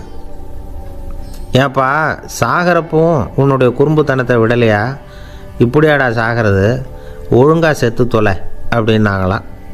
அவ்வளவுதான். உடனே அந்த துறவி திரும்பி நேராக நின்னார். அக்கா கோவப்படாத, நான் ஒழுங்காக சாகிறேன், எப்படி செத்தா என்ன, எல்லாம் எனக்கு ஒன்று தான் அப்படின்னு சொல்லிவிட்டு அப்படியே தரையில் படுத்து உயிரை விட்டாராம். அதுக்கப்புறம் அந்த அம்மா கோலை கையில் எடுத்துக்கிட்டு அப்படியே திரும்பி கூட பார்க்காம அவங்க பாட்டுக்கு போயிட்டாங்களாம். மரணத்தை ஒரு விளையாட்டாக ஆக்கிய அந்த துறவிக்கு வாழ்க்கையே ஒரு விளையாட்டாக தான் இருந்திருக்குது. எந்த நோக்கமும் இல்லாமல் செயல்படுறதுன்னா என்னங்கிறதும் அவருக்கு தெரிஞ்சிருக்குது. பயனை எதிர்பார்க்காமல் பணி செய்து வாழ்ந்து மறைந்த மகான் அவர். தம்முடைய தொழிலை விளையாட்டு போல் செய்ய தெரிஞ்சவருக்கு வாழ்க்கையே ஒரு விளையாட்டாக மாறிடும். எல்லாமே விளையாட்டாகி விடுகிற போது மரணமும் விளையாட்டாகிவிடும் அப்படிங்கிறது தான் அந்த தத்துவம். ஆனால் அதுக்கு முன்னாடி உங்களுக்குள்ளே இருக்கிற உண்மையான நடிகனை நீங்கள் அடையாளம் கண்டுபிடிக்கணும். நீங்கள் நடிக்க வேண்டியதே இல்லை, நீங்கள் ஏற்கனவே நடிச்சுக்கிட்டு தான் இருக்கிறீங்க. நீங்கள் இந்த உண்மையை தெரிஞ்சுக்கணும், அவ்வளவுதான். இதுதான் ஞானிகளுடைய கருத்து. நீங்கள் தெருவில் நடந்து போயிட்டுருக்கிறீங்க, எதிரில் வர்றவர் உங்களை பார்த்து எப்படி இருக்கிறீங்கன்னு கேட்குறார். நல்லா இருக்கிறேங்கிறீங்க. உண்மையிலேயே நாம் நல்லா இருக்க மாட்டோம், ஏதாவது உடம்புல கோளாறு இருக்கும். ஆனால் அப்படி சொல்லுவோம், நல்லா இருக்கிறேன் அப்படின்னு. அது நடிப்பு தானே. உங்களை சந்தித்ததில் ரொம்ப மகிழ்ச்சி அப்படின்னு சொல்கிறோம். உடனே கொஞ்சம் நிதானமாக யோசித்து பாருங்கள், உண்மையிலேயே உங்கள் மனசு மகிழ்ச்சி அடைஞ்சுட்டுதா? அது நடிப்பு தானே. வாழ்க்கையை சரியாக புரிஞ்சுக்கிட்டால் எல்லாமே நடிப்புங்கிறது புரியும். கல்யாண பத்திரிக்கை அனுப்பியிருந்தேனே, ஏன்டா வரலன்னு கேட்டான் ஒருத்தன். வந்திருந்தேனே அப்படின்னானா இவன். டேய் ஏன்டா போய் சொல்கிற, நான் பத்திரிக்கையே உனக்கு அனுப்பலையே அப்படின்ட்டுருக்கான் அவன். அதுக்கு இவன் சொன்னானா, பத்திரிக்கை அனுப்புனேன்னு நீ போய் சொல்கிறப்போ கல்யாணத்துக்கு வந்தேன்னு நான் போய் சொல்லக்கூடாதா அப்படின்னானா. ஒரு பெரிய பியானோ கலைஞர் வியன்னாவில் இருந்தார். ரொம்ப புகழ்பெற்ற இசை கலைஞர் அவர். இங்கிலாந்து மகாராணி விக்டோரியா அவருடைய சங்கீதத்தை கேட்கணும்னு ஆசைப்பட்டாங்க. அவரை அரண்மனைக்கு கூப்பிட்டாங்களாம். பியானோ வாசிக்க சொல்லி கேட்டாங்களாம். இவரும் ரொம்ப பிரமாதமாக வாய்ச்சி காட்டியிருக்கார். உடனே பாராட்டி பரிசுகள்லாம் கொடுத்து அனுப்புனாங்களாம். அந்த இசையை கேட்குறதுல அரசிக்கு ரொம்பவும் ஆர்வம் உண்டு. அதனால் அதுக்கப்புறமும் அந்த கலைஞர் அடிக்கடி அரண்மனைக்கு வர வேண்டிய அவசியம் ஏற்பட்டது. ஏன்னா அரசி கூப்பிட ஆரம்பித்தாங்க. இவர் போகணும், அங்கே இசை நிகழ்ச்சி நடத்தணும். இவர் அங்கே பாடி வாசிக்கிறது உண்டு. ஒரு தடவை மகாராணி அவரை பார்த்து, உங்கள் நாட்டு தேசிய கீதம் பாடுங்களேன் அப்படின்னு கேட்டாங்களாம். உடனே அவர் தன்னுடைய நாடான ஆஸ்திரியாவின் தேசிய கீதத்தை பாடியிருக்கிறார். அவர் பாட ஆரம்பித்த உடனே மகாராணி எழுந்திரிச்சு நின்னாங்களாம். அதுக்கு மரியாதை செலுத்துகிற நோக்கத்தோடு பாட்டு முடிகிற வரைக்கும் அப்படியே நின்றுக்கிட்டு இருந்தாங்களாம். இதுதான் அந்த அரசியினுடைய பெருந்தன்மை. அதாவது நாட்டுப்பற்றுங்கிறது அந்த அளவுக்கு அப்படி இருக்கணும். இப்படி ஒரு அரசியே நம்ம நாட்டு தேசிய கீதத்துக்கு எழுந்திரிச்சு நின்று மரியாதை செலுத்துகிறாங்க அப்படிங்கிறத புரிஞ்சிக்கும் பொழுது அந்த முதிய கலைஞரின் மகிழ்ச்சிக்கு அளவே இல்லையாம். அதுக்கப்புறம் அந்த பியானோ கலைஞர் ஒரு நாள் தன்னுடைய நண்பர் ஒருத்தர்கிட்ட பேசிக்கிட்டு இருந்தாராம். அப்போ சொன்னாராம், மகாராணியார் எனக்கு எவ்வளவோ பரிசுகள்லாம் கொடுத்துருக்குறாங்க. ஒரு தடவை எனக்கு வைரக்கல் பதித்த அணி ஒன்றை கூட பரிசாக கொடுத்தாங்க. ஆனால் அதை விட உயர்ந்த விலை மதிக்க முடியாத அணி என்ன தெரியுமா? நான் என்னுடைய நாட்டு தேசிய கீதத்தை நான் பாடுறப்போ அவங்க எழுந்திரிச்சு நின்று மரியாதை செலுத்தினாங்களே, அதுதான் எனக்கு கிடைச்ச மிகப்பெரிய பரிசு அப்படின்னாராம். எனக்கு தெரிஞ்ச சங்கீத வித்வான் ஒருத்தர் இருக்கார். சமீபத்தில் ஒரு நாள் அவரை பார்த்தேன். எப்படி போயிட்டுருக்கு உங்கள் தொழில் அப்படின்னு கேட்டேன். ரொம்பவும் வித்தியாசமாக போயிட்டுருக்குங்க அப்படின்னார். என்ன சொல்கிறீங்க அப்படின்னேன். முன்னாடியெல்லாம் நான் பாடினா எதிரில் இருக்கிறவங்க தான் எழுந்திரிச்சு போயிட்டு இருந்தாங்க. இப்போ எப்படின்னா நான் பாட ஆரம்பிச்சுட்டா உடனே பக்கவாத்தியக்காரனே எழுந்திரிச்சு போயிடுறான் அப்படின்னார் ரொம்ப வேதனையோட.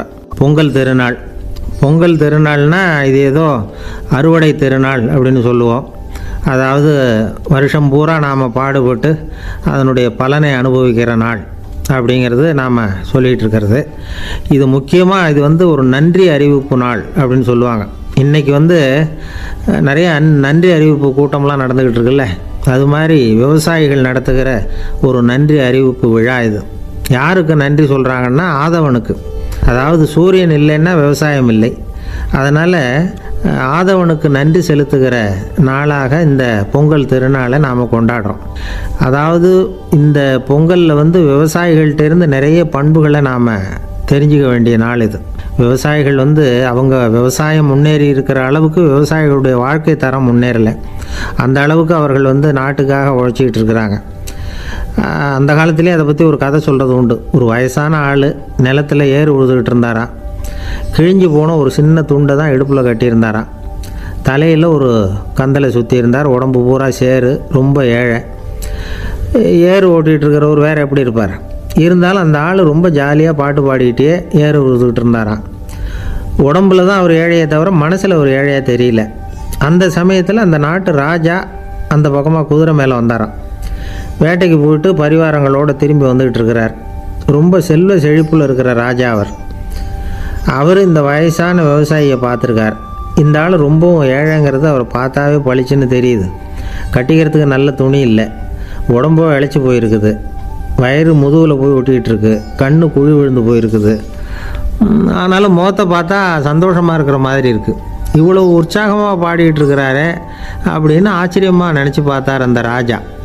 சரி, அவர்கிட்ட கொஞ்சம் பேச்சு கொடுத்து பார்க்கலாம் அப்படின்னு முடிவு பண்ணார். ஐயா பெரியவரே, இப்படி கொஞ்சம் வர முடியுமான்னாராம். பொழுது போகிறதுக்குள்ளே நான் இந்த வயல் பூரா உழவு ஓட்டி ஆகணும், அதனால் பேசுகிறதுக்கு நேரம் இல்லை அப்படின்னாராம் அந்த பெரியவர். என்ன அவ்வளவு அவசரமாக? மீதி இருந்தால் நாளைக்கு உழுதக்கூடாதா?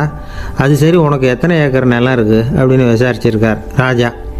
எனக்குன்னு சொந்தமாக உள்ளங்கை அளவு கூட நிலம் கிடையாது. இது எங்கள் முதலாளியோட நிலம்.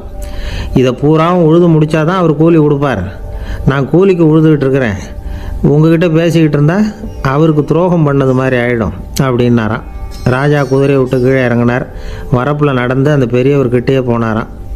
சரி, ஒரு நாள் பூரா உழுதா உனக்கு எவ்வளவு கூலின்னு கேட்டிருக்கார். 8 அணா கூலி கிடைக்கும்னாராம் அவர். இது ரொம்ப காலத்துக்கு முன்னாடி நடந்த ஒரு சம்பவங்கிறதுனால அப்போ 8 அணா கூலிங்கிறது ரொம்ப பெருசு. இருந்தாலும் அதுவும் அந்த ராஜாவுக்கு பெரிய கூலியாக தெரியல. இவ்வளவு தானா, இதை வச்சுக்கிட்டு நீ எப்படி காலம் தள்ளுற அப்படின்னாராம். ஒன்றும் கவலை இல்லை அப்படின்னாராம் அவர். ராஜாவுக்கு ரொம்ப ஆச்சரியமாக போச்சு. 8 அணா கூலி வாங்குகிற இந்த ஆள் கவலை இல்லாமல் இருக்கிறார், ஏராளமான வசதியோடு இருக்கிறன்னா கவலை இல்லாமல் வாழ முடியலையே அப்படின்னு நினச்சி பார்த்துருக்கார். அது சரி, 8 அணாவில் எப்படி குடும்பம் நடத்துகிற அப்படின்னு கேட்டாராம். எனக்கு கிடைக்கிற 8 அணாவில் 2 அணா குடும்பத்துக்கு செலவழிக்கிறேன், 2 அணா பழைய கடனுக்கு கொடுக்குறேன், 2 அணா தர்மம் செய்கிறேன், 2 அணா வட்டிக்கு கொடுக்குறேன், ஒரு குறையும் இல்லைன்னாராம். ராஜாவுக்கு ஒன்றும் புரியல. எனக்கு ஒன்றும் புரியலேன்னு இருக்கார். ஐயா, எனக்கும் என் மனைவிக்கும் 2 அணா செலவாகுது. வயசான அம்மா அப்பா இருக்கிறாங்க, சின்ன வயசில் என்னை காப்பாற்றினவங்க அவங்க. அந்த கடனுக்கு 2 அணா செலவாகுது, அது பழைய கடன். என் தங்கச்சி ஒருத்தி ஆதரவு இல்லாத நிலைமையில் தன்னுடைய மகனோட என் வீட்டில் இருக்கிறா. அவளுக்கும் அவள் மகனுக்கும் 2 அணா செலவு பண்ணுறேன், அது தர்மம். எனக்கு 2 பிள்ளைங்க இருக்கிறாங்க, அவங்களுக்கு 2 அணா செலவு பண்ணுறேன், அது வட்டிக்கு கொடுக்கறது மாதிரி. பிற்காலத்தில் அவங்க எங்களை காப்பாற்றுவாங்க. அந்த வகையில் நான் திருப்தியோடு வாழ்ந்துக்கிட்டு இருக்கிறேன் அப்படின்னாராம். ராஜாவுக்கு அர்த்தம் புரிய ஆரம்பிச்சுதான். அந்த பெரிய நிலத்தை விலை கொடுத்து வாங்கி அந்த பெரியவருக்கே தானமாக கொடுத்துட்டாராம். இப்போ உழுதவருக்கே நிலம் சொந்தமாயிட்டுது. அன்னையிலேருந்து அரசனுக்கும் ஆறுதல் கிடைச்சிதான். இப்படி ஒரு கதை சொல்லுவாங்க. 8 அணா வருமானத்தை வச்சுக்கிட்டு எப்படி காலத்தை தள்ளுறதுன்னு சொல்கிறதுக்காக இந்த கதையை சொல்கிறதாக யாரும் தப்பாக நினச்சிக்கக்கூடாது. கிடைக்கிறத எப்படி பங்கு போடுறார், எப்படி திருப்தியாக வாழறார் அப்படிங்கிறது தான் முக்கியம். அது மாதிரி இன்றைக்கு இந்த பொங்கல் திருநாளில் உழவர்கள் மனசு மகிழ்ச்சியாக இருந்ததுன்னா அது எல்லாரும் மகிழ்ச்சியாக இருக்கிறது மாதிரி அர்த்தம். அதனால் அவர்கள்ட்டேருந்து நாம் பாடம் கற்றுக்கணும். சில உழவர்கள் தங்கள் நிலத்தில் விளையிறத தாங்கள் சாப்பிட மாட்டாங்க, அடுத்தவங்கள்ட்ட விற்றுட்டு சந்தையில் போய் வேறு அரிசி வாங்கிட்டு வந்து தான் இவங்க சாப்பிடுவாங்க. அப்படிப்பட்ட விவசாயிகள்லாம் இது உண்டு. பங்கிடுகிற பண்பை உழவர்கள்ட்டேருந்து கற்றுக்கொள்ளுங்கள் அப்படிம்பாங்க. ஒரு ஆள் நிம்மதியாக மகிழ்ச்சியாக இருந்தானா, உங்கள் நிம்மதிக்கும் மகிழ்ச்சிக்கும் என்ன காரணம்னு கேட்டிருக்கார் இன்னொருத்தர். என்கிட்ட இருந்தது பூராவையும் என் பிள்ளைங்களுக்கு சமமாக பங்கு போட்டு கொடுத்துட்டேன், எனக்குன்னு எதுவுமே வச்சுக்கல, அதுதான் நிம்மதிக்கு காரணம்ன்றிருக்கான். உங்ககிட்ட இருந்தது எவ்வளவு இருந்தது அப்படின்னு கேட்டிருக்காரு அவர். மொத்தமாக ஒரு 50,000 ரூபா இருக்கும் அப்படின்னு இருக்கான். அவ்வளவும் பணமாகவே இருந்ததா அப்படின்னு கேட்டிருக்காங்க அவங்க. இல்லைங்க, அவ்வளவும் கடன், அதை தான் பிரித்து கொடுத்துருக்கேன் பிள்ளைங்கக்கிட்ட அப்படின்னு நானா. அவன் எது ரொம்பவும் கஷ்டமான காரியம் அப்படின்னு கேட்டார் ஒருத்தர். ஒருத்தருக்கு ஒருத்தர் சண்டை போடாமல் இருக்கிறது தான் ரொம்ப கஷ்டமான காரியம் அப்படின்னு தோணுது. ஒரு நாட்டுக்கும் இன்னொரு நாட்டுக்கும் சண்டை, நாட்டுக்குள்ளேயே ஒரு குரூப்புக்கும் இன்னொரு குரூப்புக்கும் சண்டை. ஏன் சண்டை போட்டுக்கிறீங்கன்னு கேட்டு பாருங்கள். நாங்கள் சமாதானத்துக்காக தான் சண்டை போட்டுக்கிறோம் அப்படிம்பாங்க. வாழறதுக்காக பிறந்த மனுஷன் லட்சியத்துக்காக உயிரை விட தயார் அப்படின்னு சொல்லிகிட்டு இருப்பான். அப்படி உயிரை விடுறவங்கள நாமளும் பாராட்டுவோம். ஆனால் ஒன்றும் இல்லாத விஷயங்களுக்கெல்லாம் சண்டை போடுறவங்களெல்லாம், அப்படிப்பட்டவங்களையும் சரி உயிரை விடுறவங்களையும் சரி என்னென்னு சொல்கிறது, யுத்தங்களாலேயும் சண்டைகளாலேயும் நாம் அடையிறது என்னங்கிறது ஒரு பக்கம் இருக்கட்டும், இழக்கிறது என்ன தெரியுமா? ஏராளமான உயிர்கள். ரத்தம் சிந்துறதுக்கு நான் தயார் அப்படின்னு மார்தட்டி சொல்லலாம். ஆனால் ரத்தம் சிந்தினா உயிர் காத்துக்கிட்டு இருக்க தயார் இல்லை. அதாவது உயிர் நமக்காக காத்துக்கிட்டு இருக்க தயார் இல்லை. இழக்கிற ரத்தத்தை ஈடுகட்டினா தான் உயிரை காப்பாற்ற முடியும். அதனால் இது சம்மந்தமாக ஆராய்ச்சி செய்கிற கட்டாயம் ஏற்பட்டு போச்சு. அதோட விளைவாக புதுசாக ஒன்றை கண்டுபிடிச்சிருக்கிறாங்க. அதுதான் செயற்கை ரத்தப்பொடி. இப்போ இந்த திடீர் சாம்பார் பொடி, திடீர் ரசப்பொடி, திடீர் காப்பி பொடி இப்படிலாம் சொல்கிறோம்ல, அது மாதிரி இது திடீர் ரத்தப்பொடி. இஸ்ரேல் ஒரு சின்ன நாடு, மக்கள் தொகை குறைச்சல், அதோட போர்கள் வேறு. அதனால் காயம்பட்டவங்களை காப்பாற்றியே தீர வேண்டிய கட்டாயம். காப்பாற்றணும்னா ரத்த இழப்பை தடுக்கணும். அப்படின்னா உடனடியாக புது ரத்தம் செலுத்தி ஆகணும். திடீர்னு ரத்தம் வேணும்னா எங்கே போகிறது? அதுவும் கிடைக்கிற ரத்தம் சேர்கிற குரூப்பாக இருக்கணும். ஒரு வேடிக்கை பார்த்தீங்களா, நான் வேறு குரூப்பு நீ வேறு குரூப்புன்னு இவன் சண்டை போடுறான். இதில் அடிப்பட்டவனுக்கு ரத்தம் கொடுக்க போனால் அதுலேயும் அது வேறு வேறு குரூப்பாக இருக்குது. அது ரத்தமும் வேறு வேறு குரூப்புன்னு சொல்லிகிட்டு இருக்குது. எந்த குரூப்பு ரத்தம் வேணும், அது உடனடியாக கிடைக்கலன்னா என்ன பண்ணுறது? இப்படிப்பட்ட கஷ்டம்லாம் நமக்கு வந்துடுது. இதுக்காக தான் விஞ்ஞானிகள் இந்த ரத்த பொடியை கண்டுபிடிச்சிருக்கிறாங்க. அதாவது ஒரு ஆள் அடிபட்டு போட்டான்னு வச்சுங்களேன், அவனுக்கு ரத்தம் கிடைக்கல, உடனே என்ன பண்ணலாம்? இந்த சுத்தப்படுத்தப்பட்ட தண்ணீரை கொஞ்சம் எடுத்துக்க வேண்டியது, அதில் இந்த ரத்த பொடியை கரைக்க வேண்டியது. இப்போ இந்த செயற்கை ரத்தம் தயாராகிட்டுது. இதை அந்த ஆள் உடம்புல ஏற்றி விட்டுற வேண்டியது. இயற்கையாக நம்ம உடம்பில் இருக்கிற ரத்தம் என்னென்ன வேலை செய்யுதோ அதே வேலையை இதுவும் செய்யும். அதாவது ஆக்சிஜனை உடம்புல எல்லா இடத்துக்கும் எடுத்துகிட்டு போகுது. அந்த வேலையை இந்த செயற்கை ரத்தமும் செஞ்சுருது. ஆனால் ஒரு விஷயம், இந்த செயற்கை ரத்தம் ஒரு அவசரத்துக்கு தான் உபயோகப்படுத்தலாம், ஒரு முதல் உதவி மாதிரி. அதை அப்படியே நிரந்தரமாக விட்டுற முடியாது. பின்னாடி தேவையான குரூப்பு உண்மையான ரத்தம் கிடைச்ச உடனே அதை செலுத்திக்கணும். உண்மையான ரத்தத்தை 20லேருந்து 40 நாள் வரைக்கும் தான் பாதுகாக்க முடியும். அதுவும் குளிர்பதன பெட்டியில். அதுக்குள்ளே உபயோகப்படுத்தலைன்னா அது வீணாக போயிடும். இந்த ரத்த பொடி அப்படி இல்லை, எவ்வளோ நாள் வேணும்னாலும் அப்படியே வச்சுருக்கலாம். குளிர்பதன பெட்டியும் தேவையில்லை. ஆனால் ஒன்று, இது தண்ணியில் கலந்து செயற்கை ரத்தமாக ஆக்கிவிட்டா அதோட வலு 72 மணி நேரம் தான். அதாவது 3 நாள். அதுக்குள்ளே அந்த ஆசாமியை எங்கேயாவது ஆஸ்பத்திரிக்கு தூக்கிட்டு போய் உண்மையான ரத்தத்தை கொடுத்துடணும். சண்டையில் அடிபடுறவங்க, சாலை விபத்தில் அடிபடுறவங்க, இவங்களுக்கெல்லாம் அவசரத்துக்கு கை கொடுத்து உதவுறது இந்த செயற்கை ரத்த பொடி. அதுக்கப்புறம் நாம் கொடுக்குற ரத்தம் தான் அவங்கள காப்பாற்றணும். இன்றைக்கி ரத்தத்தை தானமாக கொடுக்க தயாராக இருக்கிற நல்ல உள்ளங்கள் ஏராளம். எவ்வளவு ஆக்சிடெண்ட்டு, ஆப்ரேஷன், இதில் சம்மந்தப்பட்டவங்களை காப்பாற்றுறது நாம் தானமாக கொடுக்குற ரத்தம் தானே. ஒரு ஆக்சிடெண்ட்டு, ஒரு ஸ்கூட்டர் ஒரு ஆள் மேலே மோதி விட்டுது, பார்த்து வரக்கூடாதா அப்படின்னா அந்த ஆள், நீ தான் பார்த்து நடக்கணும், ஏன்னா 20 வருஷமாக நான் அந்த ஸ்கூட்டரை ஓட்டிகிட்டு இருக்கிறேன் அப்படின்னு நானா இவன். இதுக்கு அவன் சொன்னானா, நீ தான் பார்த்து ஓட்டணும், ஏன்னா 40 வருஷமாக நான் இப்படி நடந்துக்கிட்டு இருக்கிறேன் அப்படின்னு நானா. ஒரு ஊரில் ஒரு ராஜா இருந்தார். பெரிய அரண்மனையில் தான் இருக்கிறார். எல்லா வசதியும் இருந்தது. இருந்தாலும் அவர் எல்லாரும் சொல்கிறது எப்படி தெரியுமா? பிச்சைக்கார ராஜா. அப்படி ஒரு பேர் அவருக்கு நிலச்சி போச்சு. ஜனங்களும் சரி, மற்ற தேசங்களில் உள்ளவங்களும் சரி, அவர் அந்த பேர் சொல்லியே குறிப்பிடுறது வழக்கமாக போட்டுது. இது அவருக்கு ரொம்ப கவலையாக போச்சு. என்ன இது, நம்மளை தேடி வர்றவங்களுக்கெல்லாம் நாம் சோறு போடுறோம், நம்ம புகழ்ந்து பாடல் ஏற்றி கொண்டு வர்ற புலவர்களுக்கெல்லாம் அவங்க எப்படி வந்தாலும் ஒருவேளை சோறு போடணுங்கிறது உத்தரவு. இவ்வளவுலாம் செஞ்சும் நம்மளை போய் பிச்சைக்கார ராஜான்னு எல்லாரும் சொல்கிறாங்களே, அது ஏன் எதுக்காக இப்படி சொல்கிறாங்க? இதுதான் ராஜாவுக்கு குழப்பம். சரி, இதை பற்றி நம்ம அமைச்சர்கள்கிட்ட கேட்கலாமா அப்படின்னு யோசனை பண்ணார். இந்த விஷயத்தை போய் அவங்கக்கிட்ட எப்படி கேட்குறதுன்னு அவருக்கு தயக்கமாக இருந்தது. கௌரவ குறைச்சலாக தெரிஞ்சுது அவருக்கு. சரி, சாதாரண குடிமக்கள்கிட்ட இதை பற்றி கேட்கலாமா அப்படின்னு யோசனை பண்ணார். கேட்கலாம், ஆனால் அவங்க யாரும் ராஜா முன்னாடி வந்து நின்று தைரியமாக பேசக்கூடிய அளவுக்கு இல்லை. ராஜாவோட குழப்பம் நாளுக்கு நாள் அதிகமாக போச்சு. கடைசியாக அவர் ஒரு முடிவுக்கு வந்தார். அதாவது இதை பற்றி ஒரு பிச்சைக்காரங்கிட்டே கேட்டு பார்த்துட்டா என்ன. இதுதான் அவர் பண்ண முடிவு. உடனே மாறு வேஷம் போட்டுக்கிட்டு நகர்வலம் போனார். ஒரு பிச்சைக்காரனை கண்டுபிடிச்சார். இதை பாருப்பா, நம்ம ராஜாவை எல்லாரும் பிச்சைக்கார ராஜான்னே சொல்கிறாங்களே, அதுக்கு என்ன காரணமாக இருக்கும் அப்படின்னு கேட்டார். அதுக்கு அவன் சொல்கிறான், இதுக்கான பதிலை இன்னும் ஒரு 30 நாளில் சொல்கிறேன் அப்படின்னா. உடனே இவருக்கு சந்தோஷம். உண்மையை அவங்ககிட்ட சொன்னார். நான் வேறு யாரும் இல்லை, நான் தான் இந்த நாட்டு ராஜா. இப்போ நீ என் கூடவே வந்துடு, அரண்மனையிலேயே தங்கிக்கோ. 30 நாள் கழித்து எனக்கு பதில் சொல்லிவிட்டு அதுக்கப்புறமா நீ போகலாம் அப்படின்னு சொல்லி அழைச்சிட்டு வந்துட்டார். அரண்மனையில் ஒரு மூலையில் அவன் தங்கறதுக்கு இடம் கொடுத்தார். தினம் 2 வேளையும் இவனுக்கு சோறு போடுங்க அப்படின்னு உத்தரவு போட்டார். ராஜா கொடுத்த இடத்துல போய் உக்காந்துக்கிட்டான் அந்த பிச்சைக்காரன். தினமும் அந்த அரண்மனையில் நடக்கிறதையெல்லாம் கவனிச்சிக்கிட்டு வந்தான். வேளைக்கு சாப்பாடு வரும், சாப்பிட்டுக்கிட்டு இருக்கான். இப்படி 30 நாள் முடிஞ்சுது. ராஜா வந்தார். என்ன, என்னோட கேள்விக்கு பதில் என்னன்னு கண்டுபிடிச்சிட்டியான்னார். கண்டுபிடிச்சிட்டேன்னா. என்ன எல்லாரும் பிச்சைக்கார ராஜான்னு சொல்கிறாங்களே, அது நியாயமாக படுதா உனக்குன்னு கேட்டார். நியாயமாக தான் படுது, சந்தேகம் இல்லாமல் நீங்கள் பிச்சைக்கார ராஜா தான். என்ன தான் நீங்கள் வசதியோடவும் படைபலத்தோடவும் இருந்தால் கூட நீங்கள் எங்கள் வர்க்கத்தை சேர்ந்த ஆசாமி தான் அப்படின்னு அடித்து சொல்லிவிட்டான் அந்த ஆள்.